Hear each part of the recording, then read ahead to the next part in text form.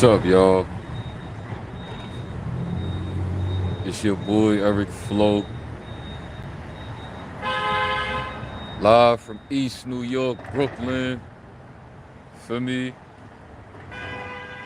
and I got something I need to discuss. You know, some things I want to say. I'm gonna give it a little minute before I get started. Wait for some people to join. Wait for the family to join.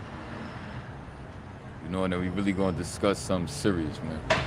Because this has definitely been bothering me for way too long.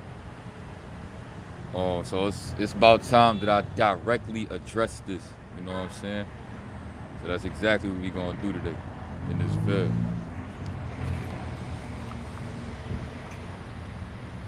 What's up, my God? You know, the first thing I want to say starting off this video is that, you know, I'm not gonna say don't have kids. It's crazy, I just started the live and it's 111 right now. It's a synchronicity.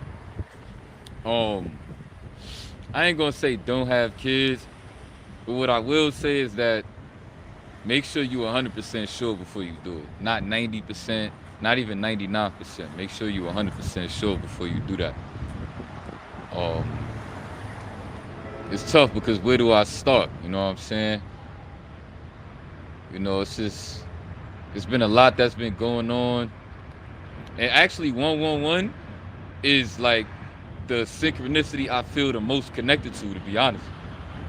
I feel the most connected to that synchronicity. Because when I first became homeless, in 2019, I remember I was staying in a dormitory shelter for like a week, and then they transferred me to my official shelter where I stayed at in Corona, Queens. And I remember I had to take the 7 train. Never been in Queens like that my whole life. Never really been in Queens. Been to New York my whole life, but never been in Queens for real. Then I remember they told me to take the 7 train. They told me to take the 7 train to 111 Street. And that's exactly where my shelter was located at. It was located on 111 Street. Soon as I get off the train on the 7 line, mind you, the 7 line on 111 Street. And when I get off the train, literally walk down the block and it's right there by the train station. So, for me, that's where I was at in 2019 for them 7 months. You know what I'm saying? I was also there for 7 months. So that's crazy. So what's my PayPal? It's at King Lone Wolf 111. It's at King is KINGLONEWOLF 111. Yeah, that should be it. And if it's not that one, then it's just without the 111. But you should see my profile picture pop up and you'll know that that's me. It's one of those though, one of those. I appreciate your support, my guy. Have I ever thought about leaving New York City? Yeah, of course, a bunch of times.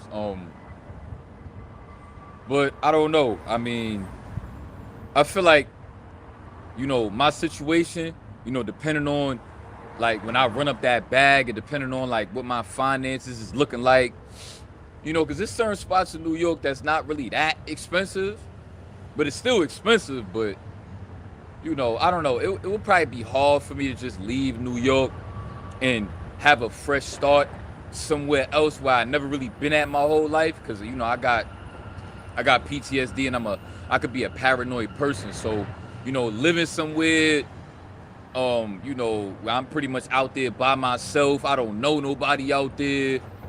I mean, not like I got really friends out here or know people like that out here, but because I'm a lone wolf out here. But I don't know, like, I feel like I would have to think about making that decision. I would have to be 100% ready for that. You know, I had to be, you know, really making that bag on this internet shit, whether it be Twitch, YouTube, both, you know, stocks and bonds and all that, you know, for me. And the bag good enough, then yeah, I definitely consider that. What I would probably start off doing first though, is I might have a spot in New York and then Yeah, I might have a spot in New York, and then I might also have a spot in another location where I'm looking to stay at permanently, and then just go back and forth and just see how I feel. I'd probably do that. Yeah, bro. And that was my first time even giving synchronicities. That's how I know the universe really, really wanted to communicate with me at that time, because, you know, I never really paid no mind to synchronicities. I ain't cared for them, nothing. So, you know, just a part of me felt like it was something crazy about how it was just ironic that where I had to go take the train at to be homeless. Because mind you, I was hyper aware of everything that was happening around that time, because, you know, I was scared, I was nervous. It was my first time being homeless on my own. So when you're in a situation like that, you become hypersensitive to what's going on around you. And what ended up happening was that I was so hypersensitive to every little thing that just something about having to live on 111 Street just stood out to me. And that is when I guess I finally started, you know, I guess even letting the idea of synchronicities be in my mind, like it was even something that even existed to me. It was around that time.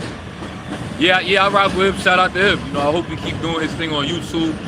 You know, he one of the few that, you know, talk about what we talk about, no fap, that's all, and he really putting on for that, because he really blowing up. He got almost like 100K subs, so shout out to him. You know what I'm saying? It's crazy because a part of me really doubts sometimes that he on all of them days that he say he on. Because like I never really seen him, and this is a whole nother topic I'm not trying to talk too much about.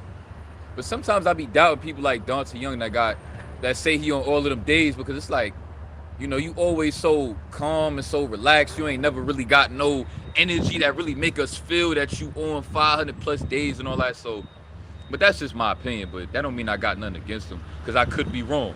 You know what I'm saying? But that is my opinion about that. How do I stop smoking weed? You got to first accept that weed was an outlet for you, and it wasn't like you by choice decided to smoke weed. Everybody starts smoking weed because it's an outlet.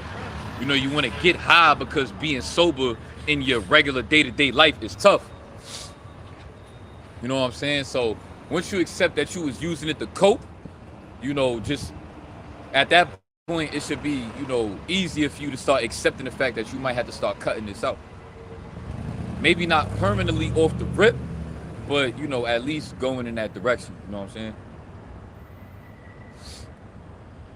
Coach, we have missed you. Yeah, bro, I'm back doing my thing. You know what I'm saying?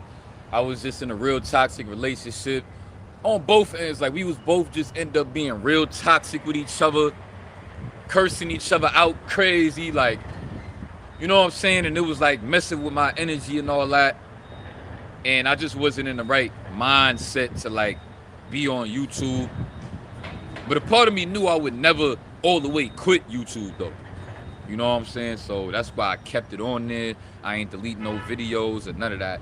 Because I knew eventually I was going to come back. I just ain't know when. Right. Yeah, man, shout out to TC. He really took what I said about him and his relationship. He really took that personal, and he was angry about that. He didn't like spaz on me or nothing, but he like left my Discord chat and all that, and he made a video response about it, and he kind of was just saying how he felt like it was whack and that he could have said all of that information himself. And let me speak on that real quick, because first of all, I don't know why TC is fronting like I exposed him, or why even people saying that I exposed him, because I never exposed you, bro. Everything that I said in that live, you and I both know you have already said. Whether, I don't know if you're talking about the new subscribers that's coming to your channel. I mean, I get it, but at the end of the day, you still posted about everything I said on your platform. You know what I'm saying? I mean, well, no, I was gonna say except for the fact that, like, you know, you ain't never tell nobody that you was having unhappy moments in your relationship. But you did expose that too, because on several occasions, for anybody that's been in my Discord long enough, you know that it's been a few times he came in the Discord really teeing up, cursing his girlfriend out, saying SMD and all that crazy is, fuck relationships and relationship could suck my dick. You doing all that, And then niggas mad at me for being worried about my friend. Niggas mad at me talking about I did something wrong, and I'm just worried about my mans that on several occasions came in a Discord where you trying to be a leader and an influencer, came in there bugging out like that over your girl. But I'm wrong for being worried about my nigga though, and really speaking on the shit how I felt. Niggas talking about I'm wrong for that. Y'all niggas just ain't real friends like me, nigga. Y'all niggas will let y'all mans be going crazy and be like, nah, let me mind my business. That ain't me though. But this why I don't really got friends, nigga. Feel me? That's why. Because of shit like that, you can't even be there for your nigga. Nigga getting mad at you being there for him, nigga. How you gonna be mad at me for telling you that you deserve better? Like, what the hell did I say that was wrong? You could just disagree with that and be like, yo, I'm happy where I'm at, and just move on. But the nigga was mad. I don't know, bro. That's a whole nother situation. Said pin my PayPal. I don't know how to do that. Somebody comment my PayPal. Somebody comment at King LONEWolf. For those that know my PayPal, that send me a PayPal, can you do me a favor and comment that real quick so I could post it up here for a little bit? You know, shout out to everybody that want to send me a donation. I appreciate y'all.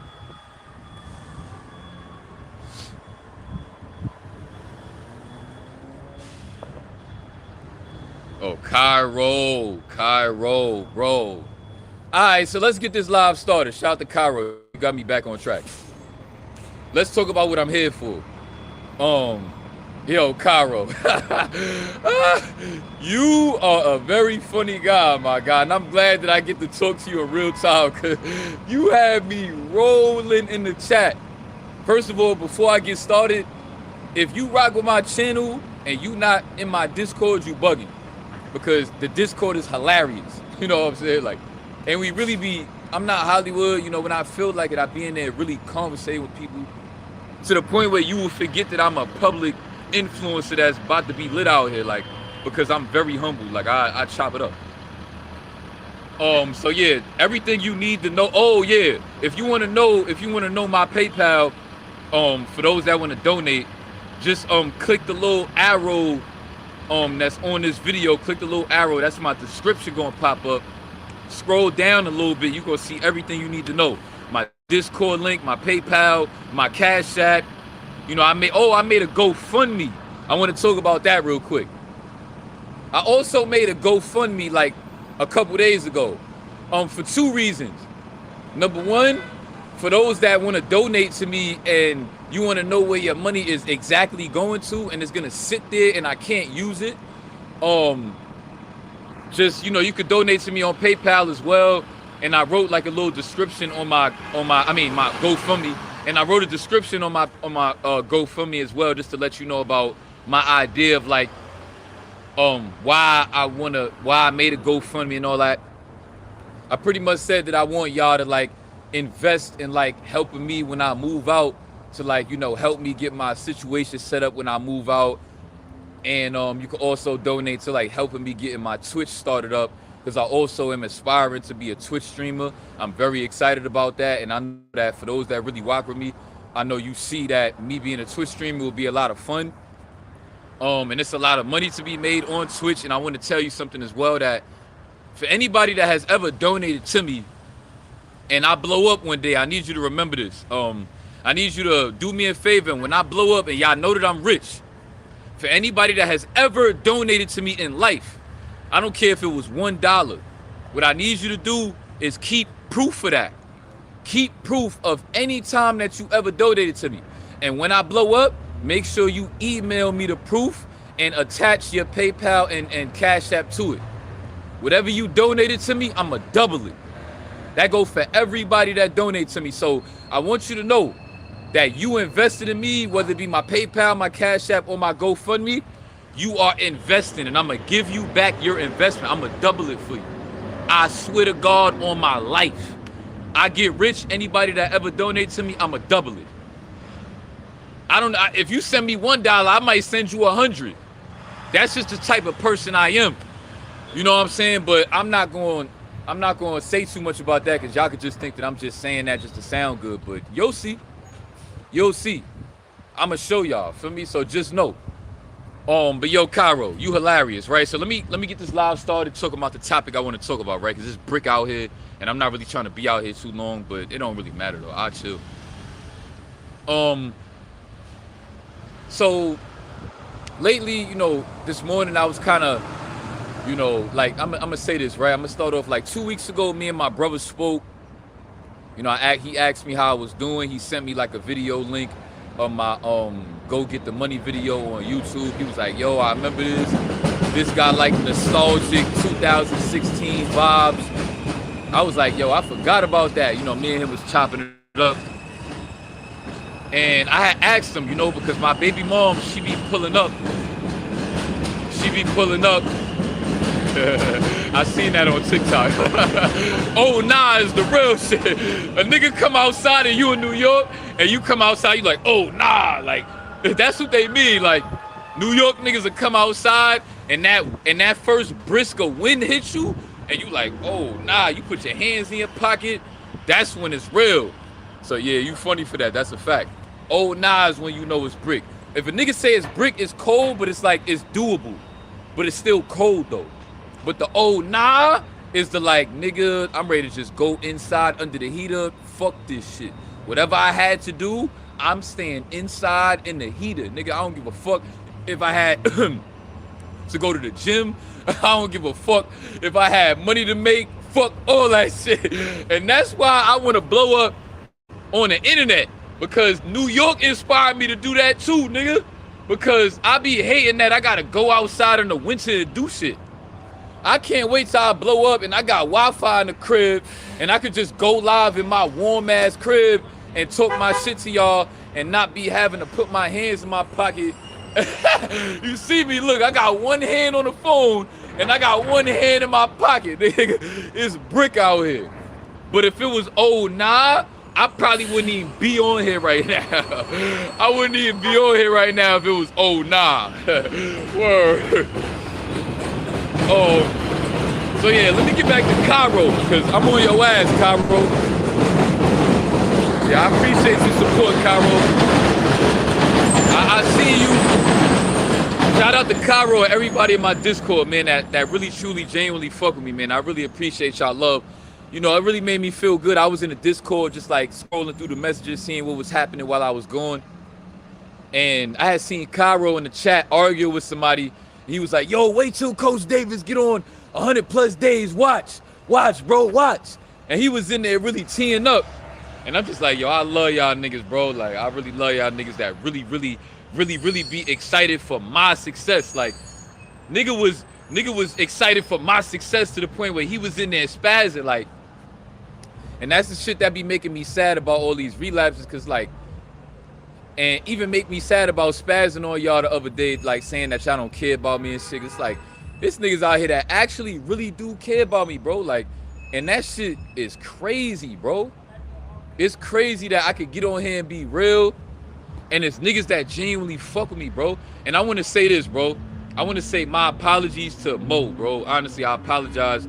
I apologize for calling y'all niggas gay, for looking out for me, trying to see where I was at, caring about me. I genuinely apologize, bro, because come to find out, this nigga Mo, he knows my address. Like, Mosties, my friend in real life, he know exactly where my shelter is at.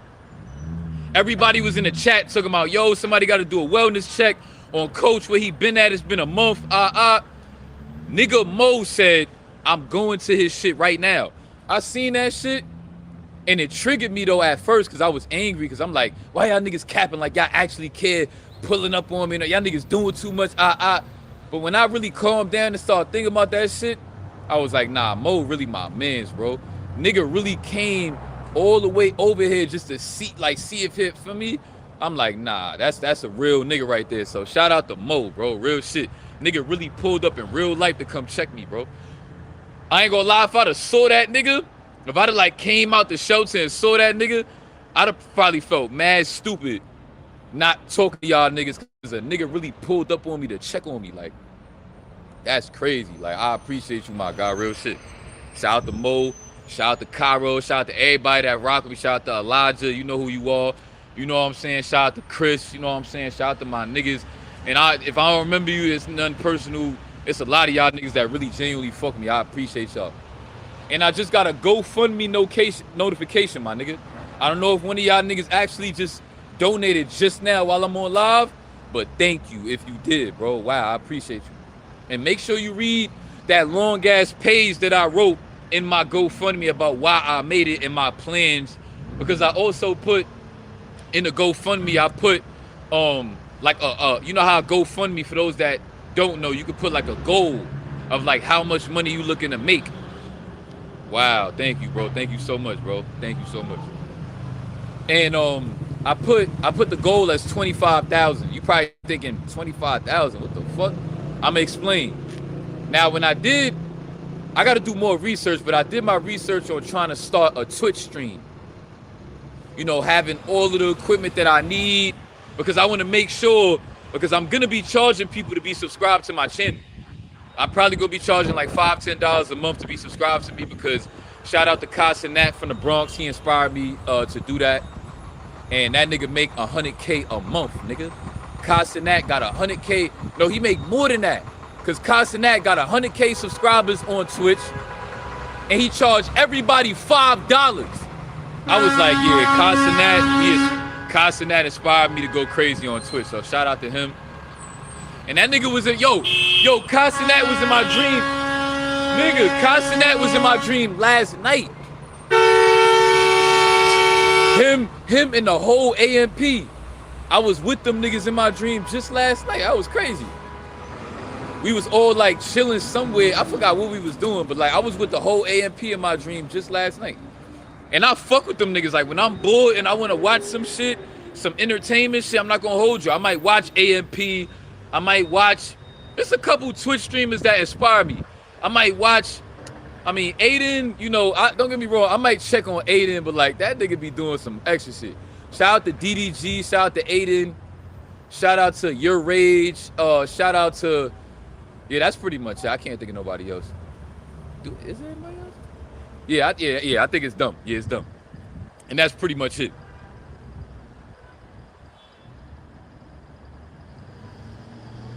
Yes, sir. Yes, sir.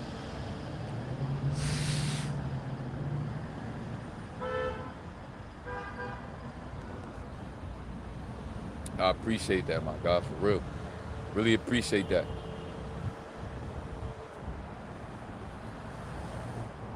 Thank you so much, bro.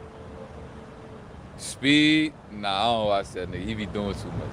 That shit for y'all, like, I don't know how old you is, but like for the younger niggas, like, that's y'all shit. That nigga Speed be doing too much. Like, I'm a grown ass man. Like, I'm about to turn 27 in July. So Speed is definitely not my type of content. You know what I'm saying? Like, even Synchronicities is a young nigga. Like, Synchronicities, if I'm not mistaken, he like 22. Young niggas. You know what I'm saying? But yeah, like I said, the GoFundMe, if you want to like invest some money that's gonna really sit there, and if you want to like keep investing in something, whatever, like, and you know the money gonna sit there, whatever, you know, I got my GoFundMe. If you want to send me some cash on hand that I could like use ASAP, then Cash App, PayPal, do whatever you want. I appreciate it regardless. Thank you. But yeah, right, let's get back to Cairo. I still ain't forget about you, my guy. I'm on your ass. You had everybody in the chat going crazy this morning. So, oh yeah, back to like me and my little brother was talking. So I told y'all about how me and my little brother was speaking. Like last week, we just got back in contact after a little while, and I asked him to show me a picture, like pictures that he got of my son. And he sent me like 8 pictures. You know what I'm saying? I'm just like, wow, look at my beautiful son. Like, my son looks so handsome. He got the glow. He got a beautiful smile. He looks so vibrant. And I miss him, bro. I miss him to death. So it kind of made me sad. You know what I'm saying? It kind of made me sad seeing him. And I kind of regretted even asking for the pictures, to be honest. And the reason why I named this video, this live is for him, is because I'm going to try to tell him what I want to tell him as much as I can. Just in case, let's say, I don't know, something happened to me one day, or like, you know, I don't know. But this is like my message to him, but like obviously for everybody watching. Um, kind of made me sad, and I think that's part of the reason why. I think that's probably what sound. It's probably the train because I'm underneath the joint. But kind of made me sad, and I think that's why I've been having relapse struggles for a while, because you know, just being a father and just the situation of the kind of father I am right now, you know, makes me feel bad that I can't really be around them as much as I want to. You know what I'm saying? Makes me feel bad that, you know, I can't even really financially be there for him in the way that I want to. You know, I remember she had this boyfriend that she was with when I was first homeless in 2019, and she used to brag about how, you know, she was letting my son call her boyfriend daddy. And I think that's where it initially started making me like depressed. I was like, do you know how embarrassed that is, my nigga? To be in that position where a female is allowing your kid to call another nigga dad, bro. And I was spazzing, bro. I was bugging.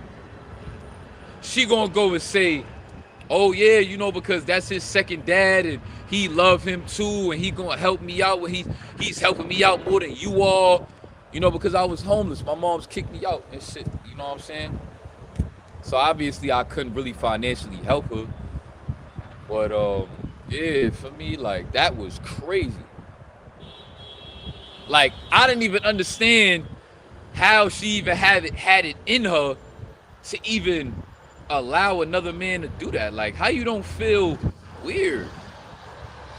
Because guess what? Fast forward, they only was together for a year, and he ended up, fast forward a year later, he kicks her out the crib. For what? I don't know. But they was living in Brooklyn, in the projects, in a project building. She was living with him in his room with my son.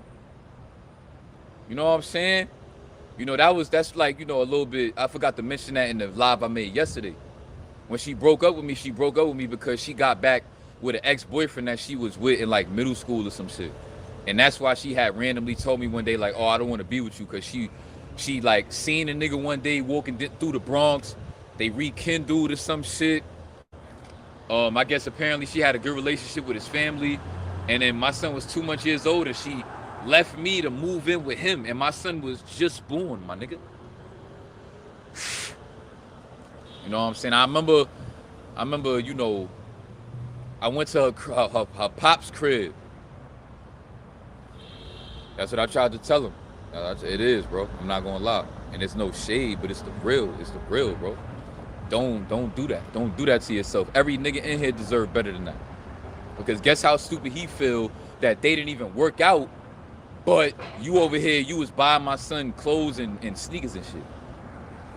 But now y'all not even together. So even though they was both young and he wasn't really no older head nigga, whatever, bro, you living with your moms and you buying another nigga kid clothes and sneakers, you down bad. But you want to know why he did that, though? Because me and that nigga was beefing. They ran into each other while we was together. We broke up when we was like 3 years in, like almost 4 years in, right? They ran into each other like when we was like going on year 3. She told me she ran into him, whatever, got an Instagram or found on Instagram. I forgot, one of the two. And the nigga was DMing her, asking her how she doing. She ain't tell me about it, but I think one day I just took her phone and I just went through her messages. Seen the nigga asking how she was doing. She said she ain't respond, but she told me who it was. And I immediately was like, yo, you bugging. Like, for me, like, I'm her mans and all that. I was like, don't do it to yourself, because for me, and I was on some simp shit, but like, I fake pressed her. I was like, don't do it to yourself, because something could happen to you, like, fall back. Because I was very overprotective at that time, and I was fake a simp over her because, you know what I'm saying, I was addicted to that girl. I felt like she was my rider. She had a big old butt that I loved. I loved busting her ass and coming on her butt. You know, even though I said this video is for my son, let's just be real. One day my son is going to be a grown-ass man, and he going to understand exactly what I'm talking about. So that's why I'm keeping it raw like that. because I want him to hear the raw. Because I know he not going to hear the raw from nobody else. He going to hear it from me, though. Nobody else in my family, or maybe my brother, but he only know what I tell him. So I might as well be the one to tell you, Jaden. And my baby moms ain't going to tell him the raw. You know what I'm saying? So, yeah, like, that's how I felt. And me and him was going back and forth a little bit. But he was, like, shaky, though. He didn't really want no smoke. So he fell back. But she ended up entertaining him in the future. They got together and all that shit. That was whack. And imagine how embarrassed she feel, because guess what? It wasn't me that found out on my own that they was broken up. I remember I had got in contact with her sister because I was trying to figure out what was going on with her, with my baby moms and all that.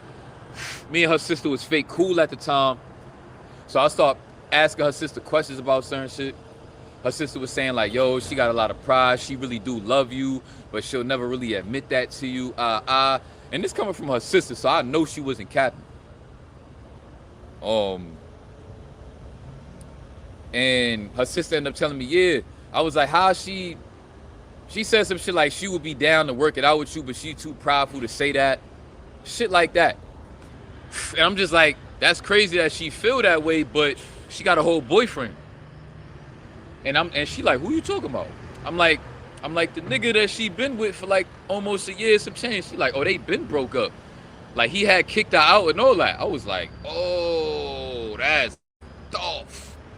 That's not tough with a T-U-F. That's tough with a T-H-U-F. That's tough. That is tough. That's tough. I stay coming out with my own little language. That's tough. So yeah, for me, that was going on. I definitely want to tell him, my son, like, you definitely didn't happen by a mistake. For me, we had you on purpose, and let me skip to that real quick and tell you how you happened on purpose. You know what I'm saying? She was pregnant by accident one time. Out of nowhere, she was in my crib in New Jersey, 100 State Street. And out of nowhere, she ran to the bathroom and she was like having stomach pains like a motherfucker. She was on the floor crying in the bathroom.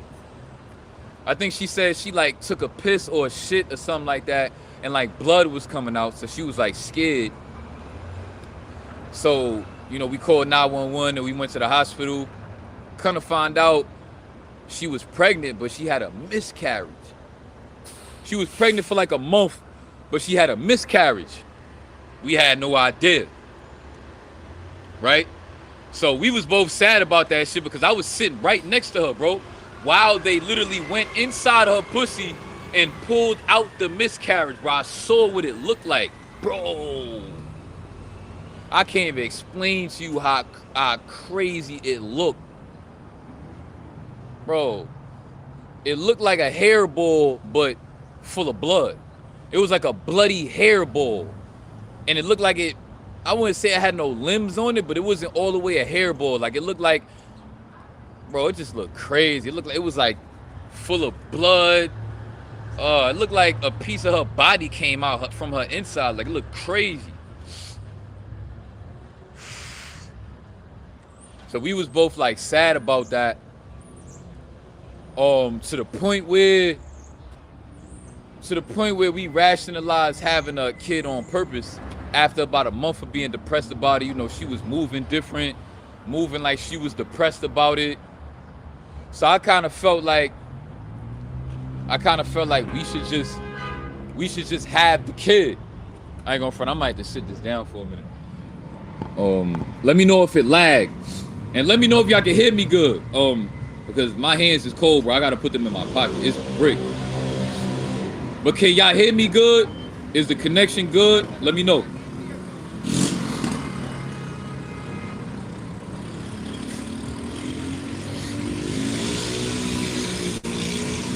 Let me know. I might have to refresh my page because the comments is not loading up.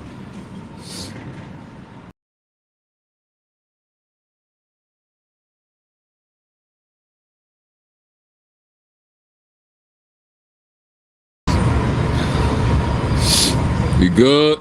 That shit good. All right, copy. So, yeah, that happened. The miscarriage happened and all that. And, you know, she was sad. And I really felt like sad too. We was both like really, really depressed. Because that was like a traumatic experience for me. Hold on.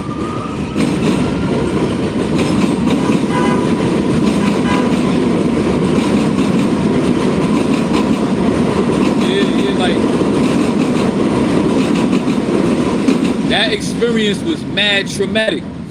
I don't know how to explain how I felt, but that shit felt low. Like I felt low, she felt low. Our relationship just was different. So we both agreed to do it. We both agreed to do it intentionally after that. And then that's how he was born and all that. For me, I'm gonna try to talk about everything I remember. For me, it's probably gonna be all over the place, but it don't even matter. So, yeah, I just wanted to say that, like, you know what I'm saying? I just want to say that, like, you definitely didn't happen by mistake, sir. Like, for me, definitely not. And I loved your mother very, very, very much, bro. Like, I at one point, like, loves your mother more than anything, bro. Like, you know what I'm saying? Because I appreciate the donation, my guy. Because she was really my rider and really there for me in ways that I needed, and I don't know what I really would have did without her being there for me. You know, I can't really say that about my brother because, like, I ain't want to put him in certain positions because I didn't want my family to turn on him the way they was turning on me. So I kind of like kept my brother out of certain shit. And I was just always like confiding in my girlfriend. So I want you to know that your mother is not 100% a bad person. And that I really genuinely loved her more than anything on this earth. And I really needed her in times that she was there for me more than anybody could have ever been. Whether it be just to give me a ear to listen to me, you know, she done spent money on me when I needed it. You know what I'm saying? She for a while didn't really judge me for my situation. You know what I'm saying? And really was just like there for me regardless of my situation for a while. Really wanted to ride with me even though I like cheated on her. I want to talk about how I cheated on her too real quick now that I remember it. Because like I said, this is going to be all over the place, but I'm going to just talk about everything I remember to talk about. Because this is even tough to do right now, to like make a tribute video to your son. But this is really like to try to put everything in perspective about just what I've been going through as a co-parent, as a father, as a young father. You know, for all the young niggas that watch my channel and shit. For me, so I forgot what I was gonna say. What I was gonna say? See, I'm losing my train of thought. Like, this is tough.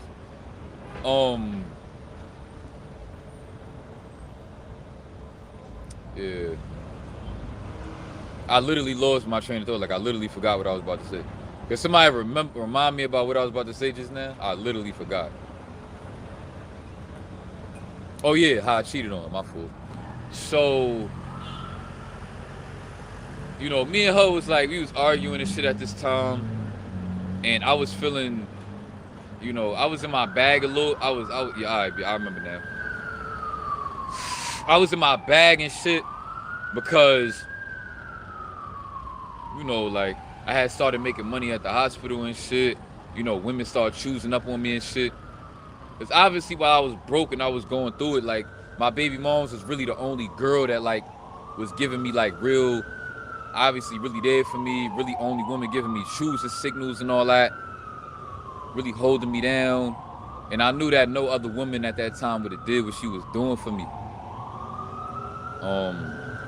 You know what I'm saying? Real quick before I get started, I remember how we first started talking. I met her on Instagram. One of my mans from my high school, you know, I went to My Haven Village Preparatory High School, and it was like connected to another school called University Heights. My mans from University Heights, that's what my first girlfriend was from, University Heights. The girl I lost my virginity to, that first Spanish girl I told y'all about. And one of my mans, like a friend group of mine in that school, they was known for like being at the lit parties, the lit functions in the Bronx. Like, link up with them, it was always parties. They was like promoters and shit. They go to like the lit clubs and the lounges. Those are my mans. And they happened to be at a house party with my girl. Might have been a lounge or a house party, one of the two. And she was there. My son, like, he took a picture with her, one of my mans, Brache. You know what I'm saying? It's crazy that she even knew them, because like she ain't, you know, like my baby moms, they go to my school, but like she was with my mans that went to the school in my school. So, and she know exactly who Brache is too. Shout out to Brache. So he took a picture with her on some smooth shit. And I'm thinking that's like one of the girls that he probably talking to and shit. But on some funny shit, I commented and I was like, yo, who that? And I remember, like, you know, I used to do my thing on Instagram. I used to like post pictures of myself getting fly at that time and like fresh cuts and all that. Like, I was really taking that Instagram shit serious. So I remember when I did that, I knew that she would see the comment and she would probably click on my profile. Like, I had it all planned out. So when I said that, she like liked my comment, and then she went to my profile. She started liking all my pictures.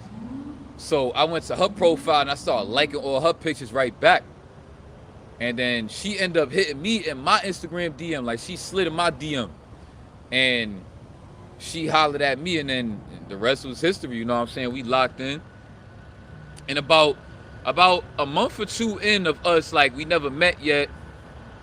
And we was like just talking over the phone every day, all the time, and through text. You know what I'm saying? What else? I remember that was when we went to, remember I told y'all, me and my moms and my brother ran away to Atlanta, came back to the projects for a little bit, then we was about to move to Beach Street in New Jersey. I told y'all this on the last live I just did, called, you know, Surviving 17 through 22. I told y'all about that. So in the midst of that, I forgot to mention that was around the time I first met my baby moms, before we moved to like Beach Street. And I told her, I was like, yo, I'm sorry, I'm moving to New Jersey. Like, we can't talk no more, because obviously this would be like technically a long distance relationship. So I already assumed that she probably wouldn't be with that. So I just tried to break up with her. And I remember she used to work, I think she used to work either at McDonald's or like for a supermarket, like doing like cashier at a supermarket, one of the two. It might have been McDonald's, if I'm not mistaken, fast food restaurant, something like that. And I remember she told me she like ran in the bathroom and was crying and she was sad, but like she said she didn't want to leave me. She wanted to still be with me. She don't care. So I was like, you know, the rest was history. And then we just kept talking. And I remember before we eventually moved to New Jersey, you know, she came to visit me in the projects. You know what I'm saying? She came to visit me when I was living in Marhaven projects, and me and my little brother was sharing a room and shit. You know what I'm saying? That was the first time we met.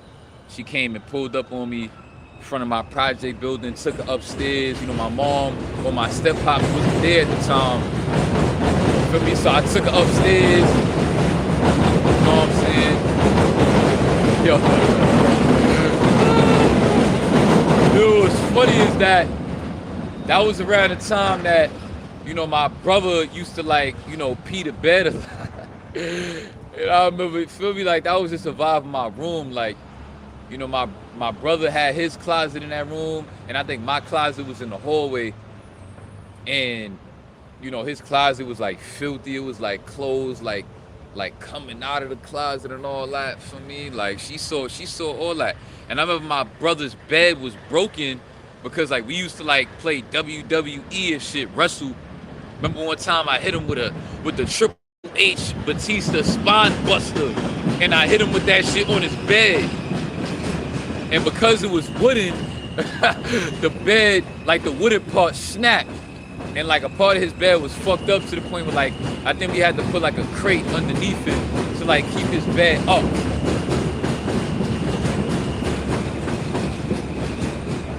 I'm saying? Or what's the word, Paco? We just talk about, feel me, just like single father life, not single father life, but just young father life and all that. Little message for my son and all that, just to try to, try to pretend like I'm talking to him. And he might actually watch this one day. And it's for y'all too, just to like really target what it's been like for me, what I've been going through as a young father and all that, just to like put things in perspective. So yeah, that was how we first met. For me, yeah, like, so let me fast forward what inspired me to get on live and just vent about this a little bit was that I was in the Discord telling everybody about how, like, I ain't speak to her so long and I ain't seen my son in so long, and ever since my little brother sent me those pictures of my son, you know what I'm saying? Like, I was fake stressed out about like the situation and all that, because seeing him and all that and not being able to be around him and see him and just be his dad and all that. She over here probably fucking with other dudes and all that shit, which is, granted, you a grown woman, but it's like, I don't really get how she don't have it in her heart to like even had tried to attempt to like build that relationship with me. Like, you know what I'm saying? She just wanted me to be chasing her around all day and like chasing her through the email. She didn't want to give me her direct phone number for the past like year or two. I've been trying to contact her through the email. She telling me through the email that she want me to give her $250 a month when she know that I'm literally living in a homeless shelter. It's like, you have no soul, my nigga. Like, to be asking a nigga that's going through what I'm going through and you not try to be understanding of my situation, and you gonna tell me that you need $250 from me a week, not a month, a week, and you gonna be mad at me for telling you I ain't got it on me really to be doing that. That's weird, bro. Like, that make me feel like you literally got body snatched and you just doing the devil's work trying to make my life more difficult. It really don't make sense, bro.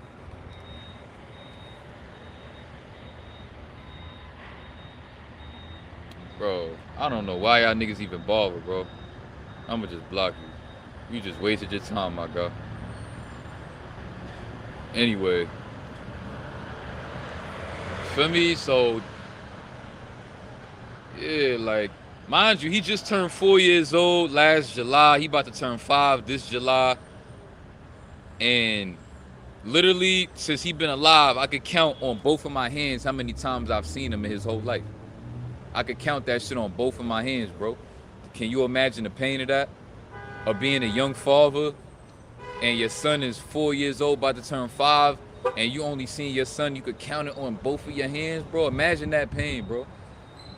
That's what I was gonna say earlier in the live where I lost my train of thought, but like, I feel like that has been like playing a huge role on my mental health, like dealing with that. Let me put this down for a second. Let me see if I can like sit right here. Like put it here, I can see me. Yeah, that's all right, man. I feel like this is a good angle, right?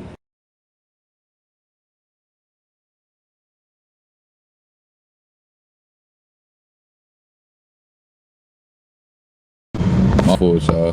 Trying to work this internet shit. Nah, bro, this ain't. I'd rather just stand up. At least y'all can see me and shit. Yeah, so like, that definitely been stressing me out, dealing with all that. Just not getting no consideration. It's like, I'm not trying to be a bitch and just expect like you supposed to feel sorry for me or some shit. Like, I'm not saying that. But what I'm saying is like, why would you even ask me for $250 and you know that I'm homeless? What would make you think that I got $250 to give you on top of being able to have money for myself? Like, I don't even understand the logic of that. Like, it's almost like I feel like she be talking shit about me to her family and shit. And it's almost like she doing that to like prove everybody right, that like, oh, he irresponsible, or he this, he that. Because you put me in a situation where you know that I can't really capitalize and do what I'm trying to do as a father. Like, why wouldn't you just appreciate the fact that, okay, like, at least he want to be in his life, at least he want to be around his kid, at least he want to do the shit that's really important. Because what about the fathers that financially got it to take care of their kids, but is not woke like a nigga like me, that don't have the intellect that I have, that can't provide the certain type of mental stability I could provide him, really change his life, really be a masculine role in his life, and not just be giving you money. Like, why don't you? But at the end of the day, I try to give her the benefit of the doubt. And yeah, Jaden, I'm talking to you, so I try to give your mom the benefit of the doubt, because, you know, she young. Like, she about to turn 24, if I'm not mistaken. She turned 24 in March. So, you know, I've talked to older heads about this shit before, and the older heads be trying to tell me, they try to tell me on several occasions, like, yo, don't worry about that shit. She just young. Like, y'all gonna figure that shit out. Y'all both just young parents. Y'all don't really know what y'all doing. She just young, whatever. Like, wait till she get older. She'll start to really understand once life really start hitting her, whatever. You know, OGs tried to give me some advice on that, and it made sense. So yeah, like, I tried not to, and Cairo, just know I ain't forget about you. I don't know if you in here thought I forgot. I ain't forget about you, Cairo. I'm on you in a minute. So yeah, like, that been tough, like, and it make me feel crazy that even seeing a picture of my son make me feel sad. Like seeing those pictures, I legit felt low. You know, I remember some of the arguments we used to have when I was homeless in 2019. You know, we used to email each other back and forth, and that's when she was originally with that guy that she left me with. And yeah, that's when she was telling me that he was calling her daddy, and he was calling him daddy. And that's when she told me that they was gonna get married, and he was about to buy her a ring and all that. Because I was cursing out, calling her a dirty slut, and like, how you gonna let another man call your son, like, I mean, you gonna let your son call another man daddy when he got his father? Like, I'm alive and well, and I wanna be in his life, but you doing that?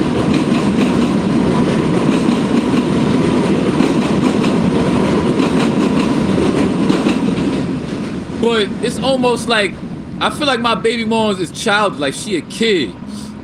It's almost like she don't have it in her to be understanding of my life, because she probably feel like it would be embarrassing because I'm homeless trying to get my life together. But what her stupid ass don't know is that, nigga, being homeless in a shelter is not like being homeless outside, nigga.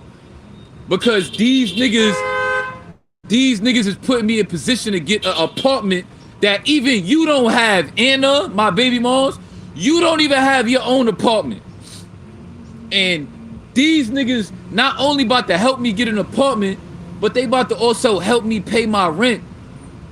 Nigga, you yourself, Anna, can't even afford to take care of our son. You over here building a fake friendship with my mother to get help to pay for my son. So I don't even know why you acting like, you know, you bougie and all, like you somebody better than me, when my mother been paying for the majority of the shit that my son got. Come from my moms. Bro, like, I don't get that. I don't get why you fronting like that. Why you fronting on me like that? But then y'all be the same women that'll complain that a nigga don't want to be in his son's life. But you making me jump through fucking hula hoops and shit to fucking see him. Like, what the fuck? Shit crazy. Like, yo, I remember when we first broke up, right? When she was about to move in with that nigga, right? I forgot to tell this part of the story too in surviving 17 through 22, right? So she was staying with her father, right? So she was packing her bags to move in with the nigga. Mind you, when I get there, she got on booty shorts. Nigga, booty shorts where half of her ass was shown. Not the booty shorts that stop right underneath your ass. No, I'm talking about the booty shorts where like I seen half of her ass literally sticking out. And when she was packing her bags, she showed me a lingerie that I bought her with my money when I was doing good, working at the hospital and shit. I bought her a lingerie and she showed it to me. She was like, oh, remember this? I was like, yeah. And then she smiled at me, turned around, and I'm thinking like she giving me choosing signals to let me crack. Nigga, she turned around and dropped it in her suitcase to take it with her to the next nigga crib. Yo, bro, you can't make this shit up, bro. You cannot make this shit up. I'm mad, like, why you trying to purposely torment me? Why would you do that? That's wild. I remember it was times while I was over there trying to like talk to her about certain shit, because I came over there to like visit my son before she like took him with her, and I also came to like talk to her like about us trying to still be together before she like moved in with that nigga. So I remember while I was literally in mid conversation trying to talk to her, she did some petty shit. She'll be looking at her phone in the middle of me trying to talk to her, smirking at her phone, laughing because she texting the nigga, bro. Yo, bro, you can't make this shit up. And I got a direct message for you, Anna, because I know if you watch my channel, which I know you do, I know for a fact you're gonna watch this video. Stop trying to act like you don't keep up with my channel. Let me tell you the reason why I told you about my channel and my family members about my channel that I don't fuck with no more. Let me tell you why. You know why? Because you will, what they say in the Bible, you will be blessed in the presence of your enemies. So it was a setup. For all y'all niggas in my family that watch my channel that you know I don't fuck with you in real life, I set you up. I want you to watch me grind, watch me inspire people, and watch me be a nigga that you would have never imagined I am. You would have never thought that this is who I was. Deep down, I got on YouTube, started doing this shit. Y'all didn't know I was capable of that. So I showed y'all my channel because I want y'all to watch me. I wanted y'all to. And I knew that y'all wouldn't be able to resist. That's why. My dad too, he know my channel too. I know he be watching too. He know I don't fuck with him either. I set y'all up. So I know for a fact, let me say this. I know for a fact that the reason why she probably acting funny is because she probably watching my channel and seeing that I be relapsing, I be going through certain shit. I be real with y'all niggas. Niggas be trying to bash me sometimes and whatever. And she probably thinking she got a one-up on me, nigga. That's probably why she acting funny. You know what I'm saying? I be posting mad relapse videos. Niggas be making mad diss videos about me. I be having weird ass trolls in my shit that be bugging. So I need y'all to know, y'all weird ass niggas that be trolling me, I need y'all to know that y'all are fueling fucking people that I hate. When they see that shit, they like what y'all doing, nigga. My family like that y'all niggas be dissing me, nigga. They like that shit, so just know what you doing is demonic. That's why I be trying to warn y'all niggas, don't be dissing me, don't be throwing shade at me, because what you doing, you fueling people that have been very demonic to me in my life, bro. You are fueling them. If you want to hurt them, then I need y'all to always support me and show love relentlessly. Because you going to get a blessing for that. For me, I already knew that my baby moms would be checking on my channel sometimes, trying to see what I got going on, because I guarantee you this. If I was really on like 200 plus days glowing, doing my thing and all that, move out in my new apartment, doing my Twitch and all that, I guarantee you I would have randomly got a call. Oh yeah, remember last year you sent me your number, you said you wanted to talk? Yeah, I think we should talk about our son. Nigga, if I was up getting my bag and all that shit, she would not. Bro, she has my number right now. And she won't call me. That's tough. But you want to be the same one complaining about how you don't think I'm around enough. But you got my number and I don't have yours. What's going on? What's going on? For me? Now, Cairo. So I spoke to my brother, right? Because after I posted that community post that y'all seen me post about my son, I was just feeling really low today, and I emailed her again, and I haven't emailed her in like 8 or 9 months. Email her something simple. I was like, I emailed her my number, and I was like, yo, call me. Let's talk about our son. Let's see what happens. If she don't respond, GG's, my nigga. I'm going into 2023. I'm not chasing behind her ever in life. I'm leaving that alone. It's GG's after that. I guess I'm gonna really have to be a deadbeat, bro, because I'm not gonna keep chasing this girl. You playing too much. You playing too much. I'm not about to keep chasing you around. Let me refresh my page. I can't see y'all comments. Hold on, let me refresh.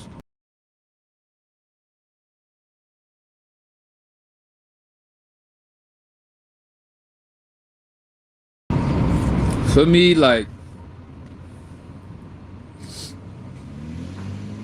I'm not about to keep chasing her around, bro. It's quiet. For me, so I hit my brother up and I was like, yo, bro, like, if you got shorty on the gram or if you know her gram, like, show me her shit. Cause I just want to see what she got going on for clarity. Here's where it get real. Bro, this shit really got me tight. Nigga.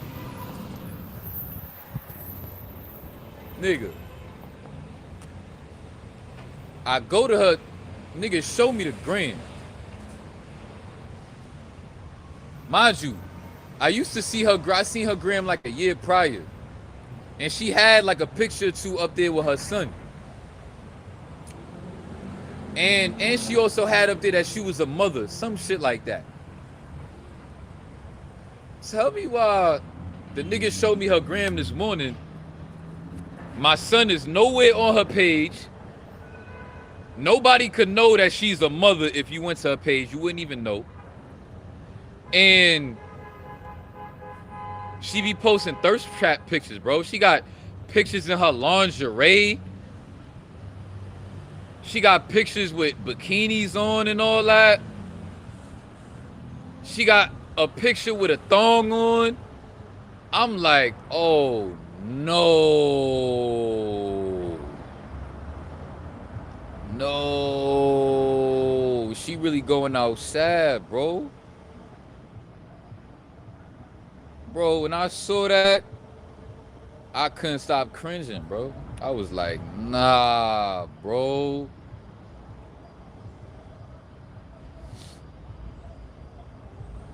That's tough.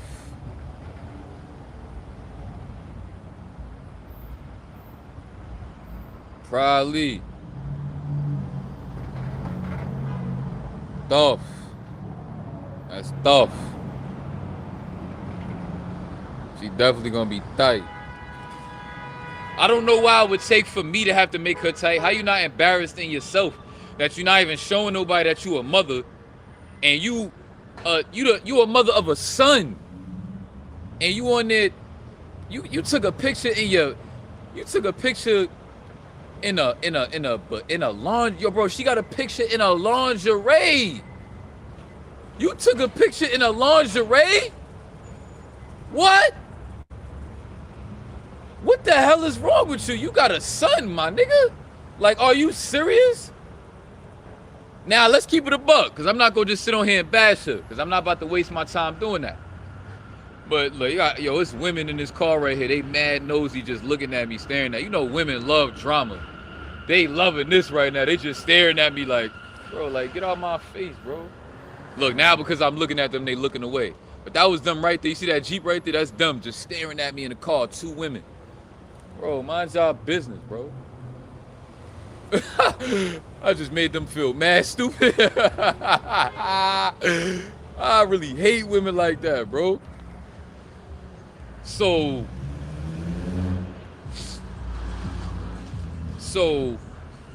yeah, bro, I'm just in my mind. I'm like, what the hell? Like,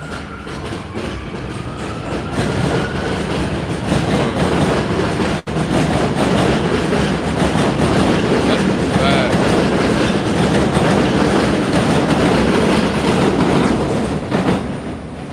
So my mom, bro, I'm just like, I'm just sad. I was sad for my son. I was embarrassed myself that that's even somebody that's my baby mother. Like, that you on there putting yourself out there like that, and you ashamed of your own child, that you're not even gonna have a picture up there of your kid. You know why? Because you want a nigga to choose up on you and shit.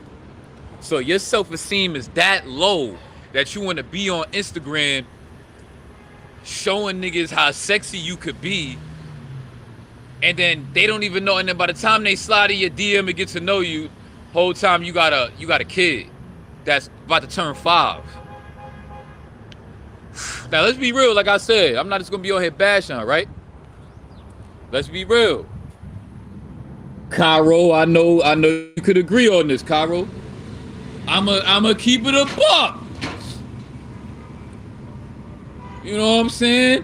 When I saw that shit, a part of crossed my mind. Like, I ain't gonna lie, I would cringe.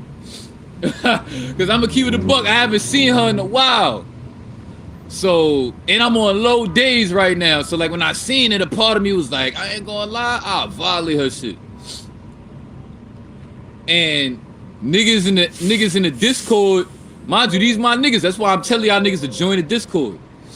Niggas in my Discord was like curious to see what she looked like. A lot of niggas never seen my baby moms. A lot of niggas probably thought I was capping, that I was with a badass Latina or whatever. Cause I'm gonna give her a flower. She definitely beautiful. And she got a nice body and all that. I give her that. And I'm not just saying that because if she was ugly, I would say that too. But I'm not no hater. You know what I'm saying? So I'ma definitely be real. A part of me was surprised. I was like, damn. You know what I'm saying? She got big ass lips. Her body looking out. I'm like, oh, that's Nah, I'm just.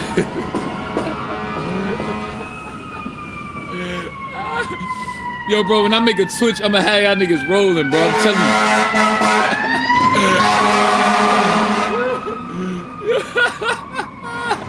you. Yo, bro, I be making myself laugh, bro.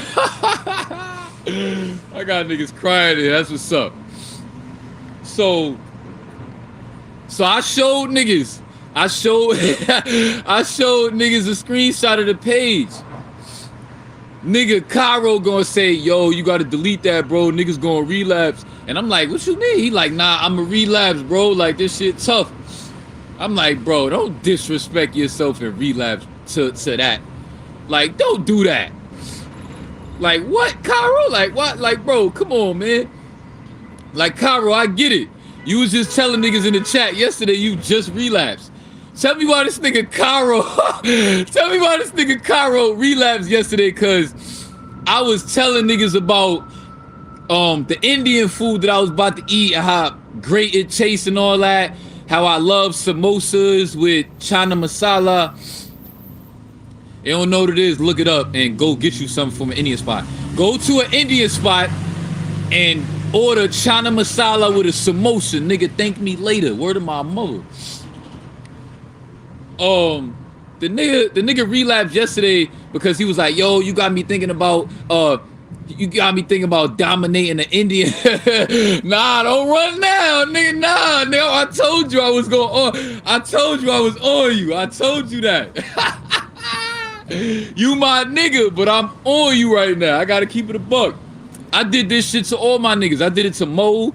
I did it to TC. If you my nigga, that don't mean that I'm not gonna get on you if I gotta get on you. Like, it's all love though. But you was bugging. Nigga Nigga relapsed yesterday. It's like, yo, you got me thinking about Indian girls dominating the Indian woman. All because I'm talking about, I told niggas, I'm like, yo, bro, you ever had some shit called Aloo Tiki? And he like, yo, he like, Tiki got me thinking about getting some head from an Indian joint. I want some Tiki from an Indian joint. Nigga posting in the chat after that talking about he relapsed. I'm telling y'all niggas, join the chat, bro. This shit is hilarious, bro. Nigga like, yo, nigga said, yo, I'm glad my life is a comedy for niggas. Look, why you mad niggas laughing? I don't get that, bro. You really be saying some funny shit, bro. It's all love. I shouldn't even have to explain that to you, but it's all love, bro. Like, you just a funny nigga for that. It's not too many niggas that are relapsed and then be that real about a relapse and then like say some funny shit how you be saying it. Yo, that was hilarious. And then nigga wake up this morning. I showed niggas that shit in my chat. I showed niggas, everybody was like, oh, that's tough for me. She bad or whatever. But this nigga talking about he gonna relapse. Bro, you just relapsed last night, nigga. And you saw that picture and talking about you ready to relapse again. You gotta chill out. You gotta chill out. And if she watching this shit, you just gonna validate her little stupid ass activity, my nigga. So chill. Chill, bro. She probably watching this shit right now. Hype that niggas on my YouTube channel wanna fuck her or would fuck her or would beat they meat to her shit. Don't even gas her like that, bro. Don't even do that. But let's keep it a buck though. I'ma ask everybody that saw a picture of her in the chat. What would you rate her? What would you rate her out of 10? I mean, fuck it.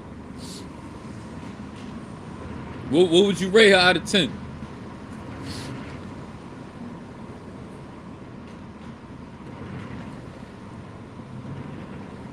Because everybody in the chat saw it. It's like 330 niggas in there. Everybody saw it. Because I tell y'all niggas everything anyway. So I was just like, y'all niggas done heard me speak about her so many times that I might as well just show y'all niggas who the fuck I'm talking about. You know what I'm saying? You hilarious. Solid 8. What he said? Nigga said Mo wanted to fuck. We gonna talk about that real quick, matter of fact. Me and Mo was on the phone a minute ago. Nigga asked me some shit. He like, yo, hypothetically speaking, like, how would you feel if I cracked your baby mom? Bro, I'm on the phone. I'm like, I took the phone off my. I'm like, what he just said? What? Then I'm like, you know what?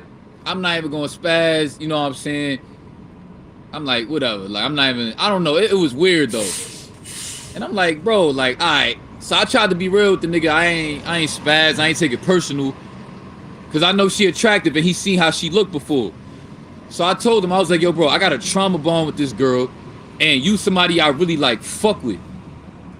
So honestly, it would just feel weird to know that you over there fucking the shit out of her, but you my mans, and then me and her got that trauma bond. She got my son. So like, I just wouldn't, nah, like that's just, it's not like me myself want to be with her or something, but it's just like, it's just as weird. Like I can't, for me. That nigga said a solid relapse.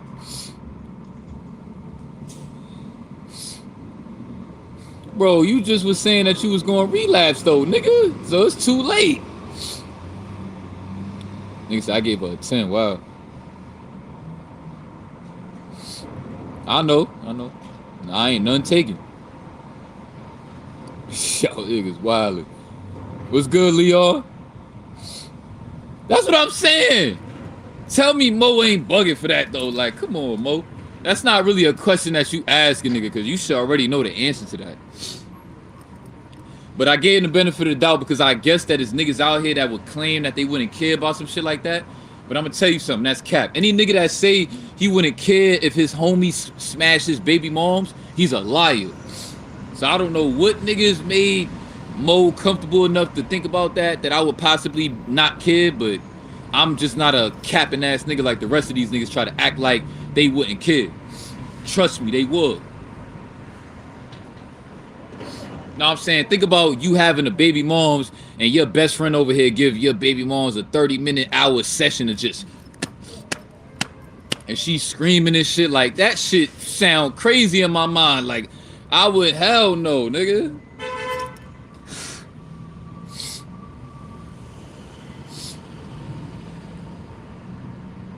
Hell no, bro. So yeah, like, that shit bugged me out.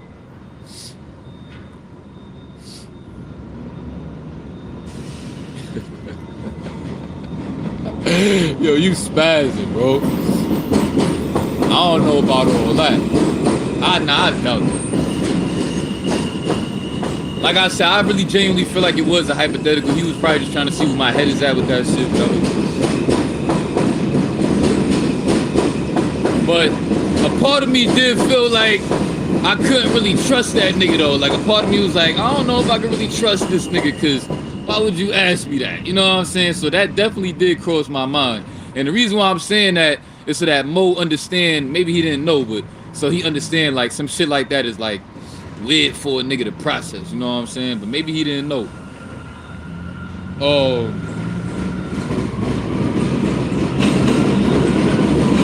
So yeah, like, for me, yeah, like that was weird to have to see her going out like that. You know what I'm saying? Like, I know I would be embarrassed if that was my mother, whether I'm a baby or not. My mother on the gram trying to thirst trap niggas and showing your body like that. Like, I just, like, bro, the lingerie pictures that she got up there is like, she got like 2 lingerie pictures up there that's like, that's some shit that you send your boyfriend, my nigga. Like, that's a picture that you just randomly send your husband or at least your boyfriend. Why are you taking a mirror pic of you in a lingerie for the gram, nigga? Like, I already knew in my mind that I was not gonna ever wife her again. But now I definitely won't. Now it's 100% sanctioned in my mind that I'm not wifing that. She is out of pocket. Don't get me wrong, she looking good on there. But she's not even on my level though. Like, she not doing the diet that I'm doing. She don't understand the shit I understand. And I don't have time to be trying to teach her all that shit, because she already got me doing too much trying to even be able to. Bro, let me say this, right? I remember when we was fake cool for a little while, and she would let me like FaceTime my son on like some little tablet that he had, right? So I used to call my son and shit. My son would like have the tablet and he would know it was me. He used to know how to call me on that shit and everything. And it was mad adorable. You know what I'm saying? I remember that's when I had my 2-strand twist. I just first had long hair. And he couldn't really talk or like understand what I was saying. So like, I remember I used to like just spin my head like, and then he look at the phone, smiling and giggle that shit. And I was community. Who got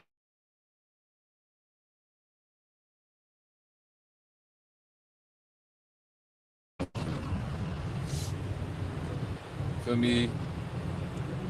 So I remember that.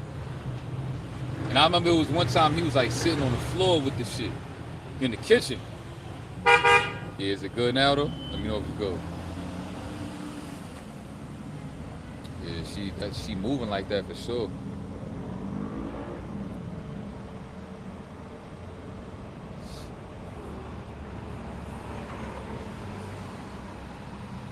Yeah, bro, you definitely look a lot like me, bro. It's a fact. How to stream now, bro? This shit good?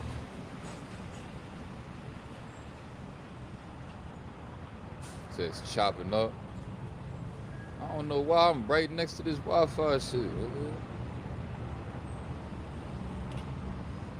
says better now. Oh, it's good now. Copy.